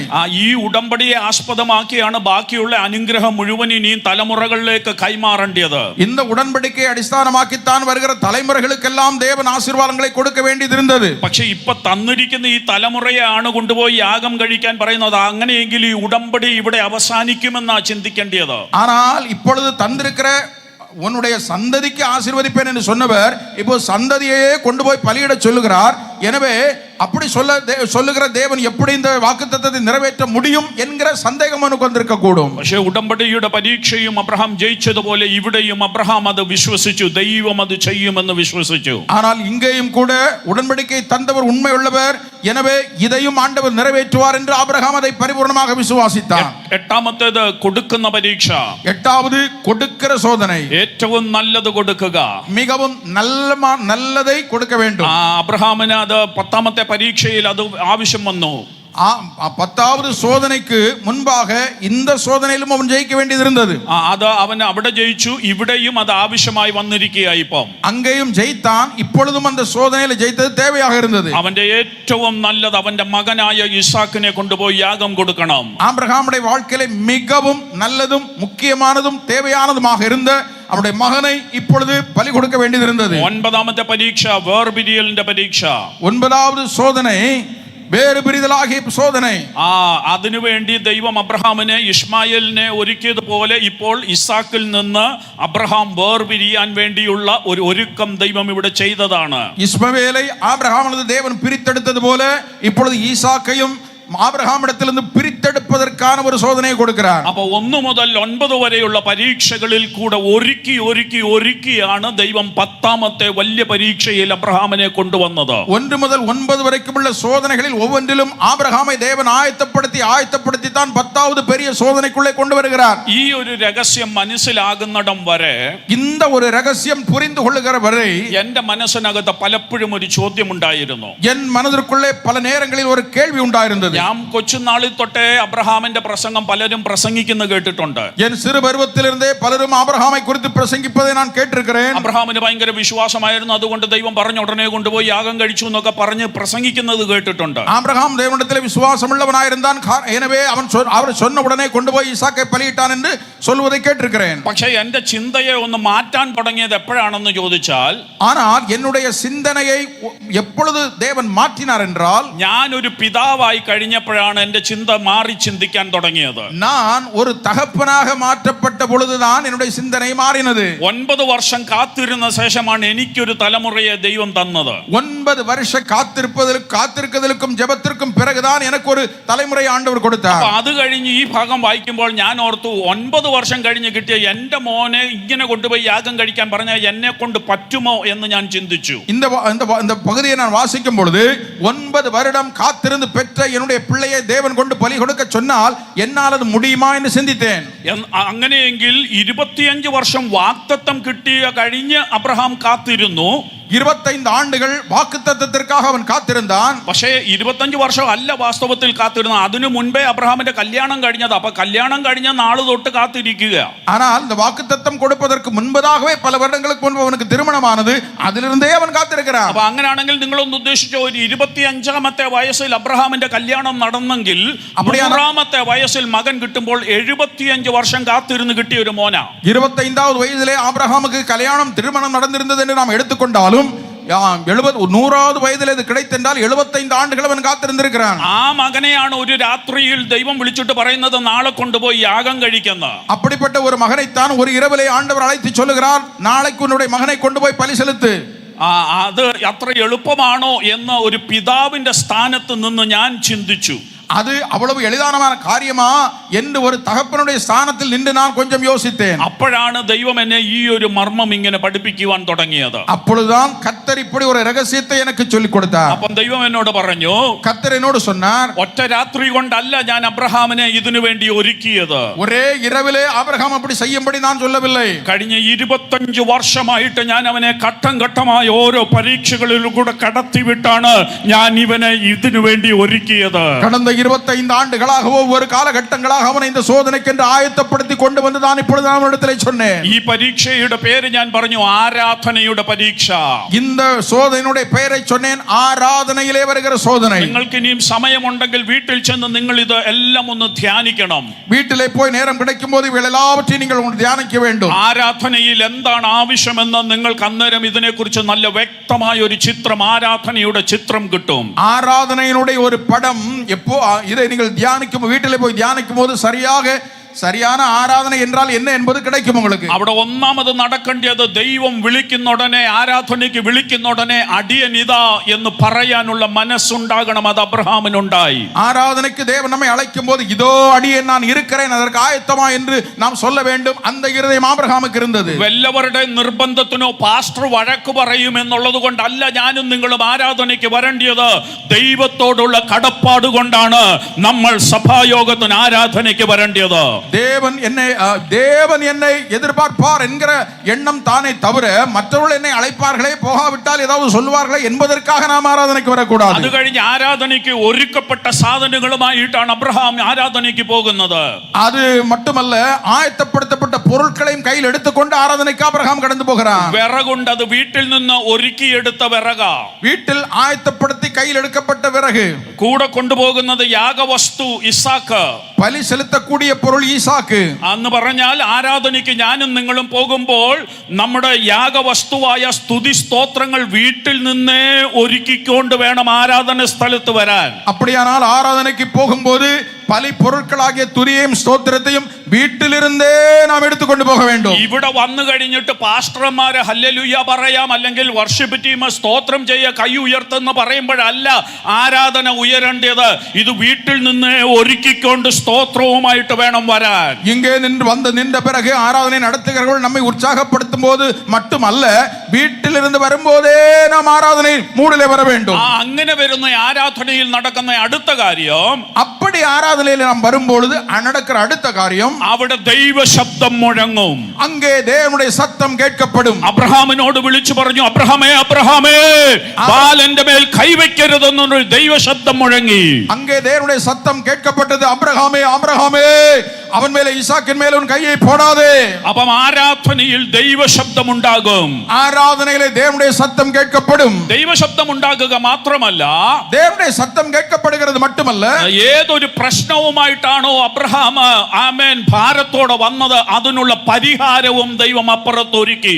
எந்த பிரச்சனையோடும் வேதனையோடும் ஆபிரகாம் பலி செலுத்துகிற இடத்திற்கு வந்தானோ அதற்கான ஒரு பரிகாரத்தையும் தேவன் ஏற்கனவே அங்கு ஆயத்தப்படுத்தி வைத்திருந்தார். അങ്ങനെയെങ്കിൽ ഇത് ഈ ആരാധന നിങ്ങളുടെ വിഷയങ്ങളുടെ വിടുതൽ കാണുന്ന ഒരു ആരാധനയായി തീരട്ടെ. அப்படியானால் இந்த ஆராதனைகள் உங்களுடைய எல்லா காரியங்களுக்கும் ஒரு பரிகாரத்தை உண்டு பண்ணுகிற ஆராதனையாய் மாறுவதாக. നിങ്ങളുടെ കണ്ണുകളും പുസ്തകങ്ങളും ദൈവസന്നിധിയിൽ ഒന്ന് അടച്ചാട്ടെ. കണ്ണുകളെയും വേദ പുസ്തകത്തെയും ദൈവ സമൂഹത്തിലെ കൊണ്ട് അടയ്പോமாக. നിങ്ങൾ എന്തെല്ലാം ഭാരത്തോടെയാണ് ഇന്ന് പകൽ ഈ ആരാധനയിൽ ഇരിക്കുന്നതെന്ന് എനിക്കറിയത്തില്ല. என்னென்ன பாரத்தோடு இந்த காலைவேளையில இந்த ஆராதனை இருக்கிறேன்னு நமக்கு தெரியாது. ഒത്തിരി ചോദ്യങ്ങളുമായിട്ടായിരിക്കാം നിങ്ങൾ ഈ മല കയറി വന്നത്. எவ்வளவோ കേൾവികളോട് இந்த இடத்துல நீங்கள் ஏறி வந்திருக்கலாம். ഒത്തിരി ഭാരത്തോടെ ആയിരിക്കാം നിങ്ങൾ വന്നത്. இவ்வளவு பாரத்தோடு நீங்கள் வந்திருக்கலாம். എന്നാൽ ഇന്ന് പകൽ ഈ ആരാധനയ്ക്കകത്ത് ഒരു ആട്ടിൻകുട്ടി നിങ്ങൾക്ക് വേണ്ടി ഒരുക്കപ്പെട്ടിട്ടുണ്ട്. ஆனால் இந்த பகல் வேளையில உங்களுக்காக ஒரு ஆட்டுக்குட்டியை தேவன் ஏற்கனவே ஆயத்தப்படுத்தி வைத்திருக்கிறார். ആ ആട്ടിൻകുട്ടിയാണ് കാൽവറി ക്രൂശിൽ നിങ്ങൾക്ക് വേണ്ടി യാഗമായി തീർന്ന യേശു ക്രിസ്തു. அந்த ஆட்டுக்குட்டி தான் உங்களுக்காக கல்வாரி சிலுவையிலே பலியான இயேசு கிறிஸ்து. നിങ്ങളുടെ ഭാരങ്ങളെല്ലാം ഏറ്റെടുക്കുവാൻ തയ്യാറായ ക്രൂശിക്കപ്പെട്ട ക്രിസ്തു ഇന്ന് പകൽ ഈ ആരാധനയുടെ നടുവിലുണ്ട്. உங்கள் பாரங்களை எல்லாம் தன்னுடைய தோளின் மேலே சுமக்கிற உங்களுக்காக சிலுவையில் அறையப்பட்ட இயேசு இந்த காலவேளையிலே நமக்குண்டு. നിങ്ങൾ ഏറ്റെടുക്കേണ്ട ഭാരം നിങ്ങൾക്ക് പകരം ഏറ്റെടുക്കുന്ന ഒരു ആട്ടിൻകുട്ടി, உங்களுடைய பாரங்களை உங்களுக்கு பதிலாக தன் தோளின் மேல் சுமக்கிற ஒரு ஆட்டுக்குட்டி. ആ ആട്ടിൻകുട്ടിയാണ് ഞാൻ പ്രസംഗിക്കുന്ന ക്രൂശിക്കപ്പെട്ട യേശു. அந்த ஆட்டுக்குட்டி தான் நான் പ്രസംഗിക്കുന്ന സിലുവയിൽ അറയപ്പെട്ട യേശു. ആ യേശുവിലേക്ക് നിങ്ങളുടെ കണ്ണുകൾ ഒന്ന് ഉയർത്താമോ? அந்த இயேசுவுக்கு நேராக உங்கள் கண்களை உயர்த்துங்கள். നിങ്ങളുടെ ഭാരങ്ങളും വേദനകളും ഒക്കെ ഇന്ന് പകൽ ചുമന്ന് മാറ്റുന്ന ഒരു കുഞ്ഞാട്, உங்கள் பாரங்களையும் வேதனைகளையும் எல்லாம் உங்களை விட்டு மாற்றி விடுகிறதான ஒரு நல்ல தேவாட்டுக்குட்டி, നിങ്ങളുടെ പാപങ്ങളെയും രോഗങ്ങളെയും വഹിച്ച ആ കുഞ്ഞാട്, உங்கள் பாரங்களையும் வியாதிகளையும் எல்லாவற்றையும் குணமாக்குற நல்ல தேவாட்டுக்குட்டி, ആ ക്രൂശിക്കപ്പെട്ട ക്രിസ്തുവിലേക്ക് നോക്കുക. ഇന്ന് പകൽ നിങ്ങളുടെ രോഗങ്ങൾക്ക് സൗഖ്യമുണ്ടാകട്ടെ. அந்த சிலுவையில் அறையப்பட்ட இயேசுவை நோக்கி பாருங்கள். இன்றைக்கு உங்களுடைய வியாதிகளை கர்த்தர் சுகமாக்குவார். നിങ്ങളുടെ വിഷയങ്ങൾക്ക് പരിഹാരമുണ്ടാകട്ടെ. உங்களுடைய எல்லா விஷயங்களுக்கும் தேவன் பரிகாரத்தை உண்டாக்குவார். സ്വർഗ്ഗത്തിലെ പിതാവാം ദൈവമേ, പരലോകത്തിൻ ദൈവമേ, ഇന്ന് പകൽ ഞങ്ങളെ അവിടുത്തെ കരങ്ങളിലേക്ക് ഏൽപ്പിക്കുന്നു. இந்த பகல் வேளையில உம்முடைய பிள்ளைகளை உம்முடைய கரத்திலே தருகிறேன். ഞങ്ങൾക്ക് വേണ്ടി യാഗമായി തീർന്ന ഞങ്ങളുടെ ഭാരങ്ങൾ ചുമന്ന ഈ കുഞ്ഞാടിലേക്ക് ഞങ്ങളുടെ കണ്ണുകൾ ഞങ്ങൾ ഉയർത്തുന്നു. எங்களுக்காக பாரம் சுமந்து சிலுவையில் அறையப்பட்ட தேவ ஆட்டுக்குட்டிக்கு நேராக எங்கள் கண்களை ஏறெடுக்கிறோம். ഈ ആരാധന ഞങ്ങളുടെ വിടുതലിന്റെ ആരാധനയായി മാറട്ടെ. இந்த ஆராதனை எங்களுடைய விடுதலின் ஆராதனையாய் மாறுவதாக. ഈ ആരാധന ഞങ്ങളുടെ സൗഖ്യത്തിന്റെ ആരാധനയായി മാറട്ടെ. இந்த ஆராதனை சுகப்படுத்துகிற ஆராதனையாய் மாறட்டும். അത് തരുവാൻ കഴിയുന്ന ക്രൂശിക്കപ്പെട്ട ക്രിസ്തുവിലേക്ക് ഞങ്ങളുടെ കണ്ണുകൾ, ആ ആട്ടിൻകുട്ടിയിലേക്ക് ഞങ്ങളുടെ കണ്ണുകൾ ഉയർത്തുന്നു. சிலுவையில் அறையப்பட்ட இயேசுவுக்கு நேராக எங்களுடைய கண்களை ஏறெடுக்கிறோம். വിശ്വാസത്തിന്റെ പരിശോധനയിൽ തളർന്നു പോകാതെ മുന്നേറുവാനുള്ള ബലം ഞങ്ങളുടെ എല്ലാവരുടെ മേലും വരും ദിവസങ്ങളിൽ പിന്നെയും പകരണമേ. விசுவாசத்தின் சோதனையிலே நாங்கள் உடைந்து தகர்ந்து போகாமல், தோல்வி அடைந்து போகாமல், ஜெயம் எடுப்பதற்காக வருகிற காலங்களிலே உம்முடைய கிருபை எங்களுக்கு தந்தருள வேண்டுமே. ഞങ്ങളുടെ ആരാധനയിൽ ഞങ്ങൾ ദൈവത്തെ ഭയപ്പെടുന്നു എന്നുള്ള ദൈവശബ്ദം ദൈവത്തിൽ നിന്ന് കേൾക്കുവാൻ ഞങ്ങൾക്ക് കൃപ തരണമേ. எங்கள் ஆராதனை நேரங்களில் தேவனுக்கு பயப்படுகிற பிள்ளை என்று உம்முடைய சத்தத்தை நாங்கள் கேட்க வேண்டுமே. അബ്രഹാം കേട്ടതുപോലെ ഞങ്ങളും അത് കേൾക്കുന്ന ഒരു സാക്ഷ്യം ദൈവത്തിൽ നിന്നുണ്ടാകണമേ. ஆபிரகாம் கேட்டது போல நாங்களும் கேட்கிற தேவனுடைய சாட்சி எங்கள் மேலே பகரப்பட வேண்டும். ഈ ജനത്തെ അങ്ങയുടെ നാമത്തിൽ ത്രിയേക ദൈവത്തിന്റെ നാമത്തിൽ അടിയൻ അനുഗ്രഹിക്കുന്നു. இந்த ஜனங்களை திரியேக தேவனுடைய நாமத்திலே ஆசீர்வதிக்கிறேன். കൃപയിൽ ഞങ്ങളെ മറയ്ക്കണം. கிருபையிலே எங்களை மூடிக்கொள்வீராக. യേശു ക്രിസ്തുവിന്റെ നാമത്തിൽ തന്നെ. இயேசுவின் நாமத்தில் ஜெபிக்கிறோம் பிதாவே. ആമേൻ ആമേൻ ആമേൻ. ஆமென்.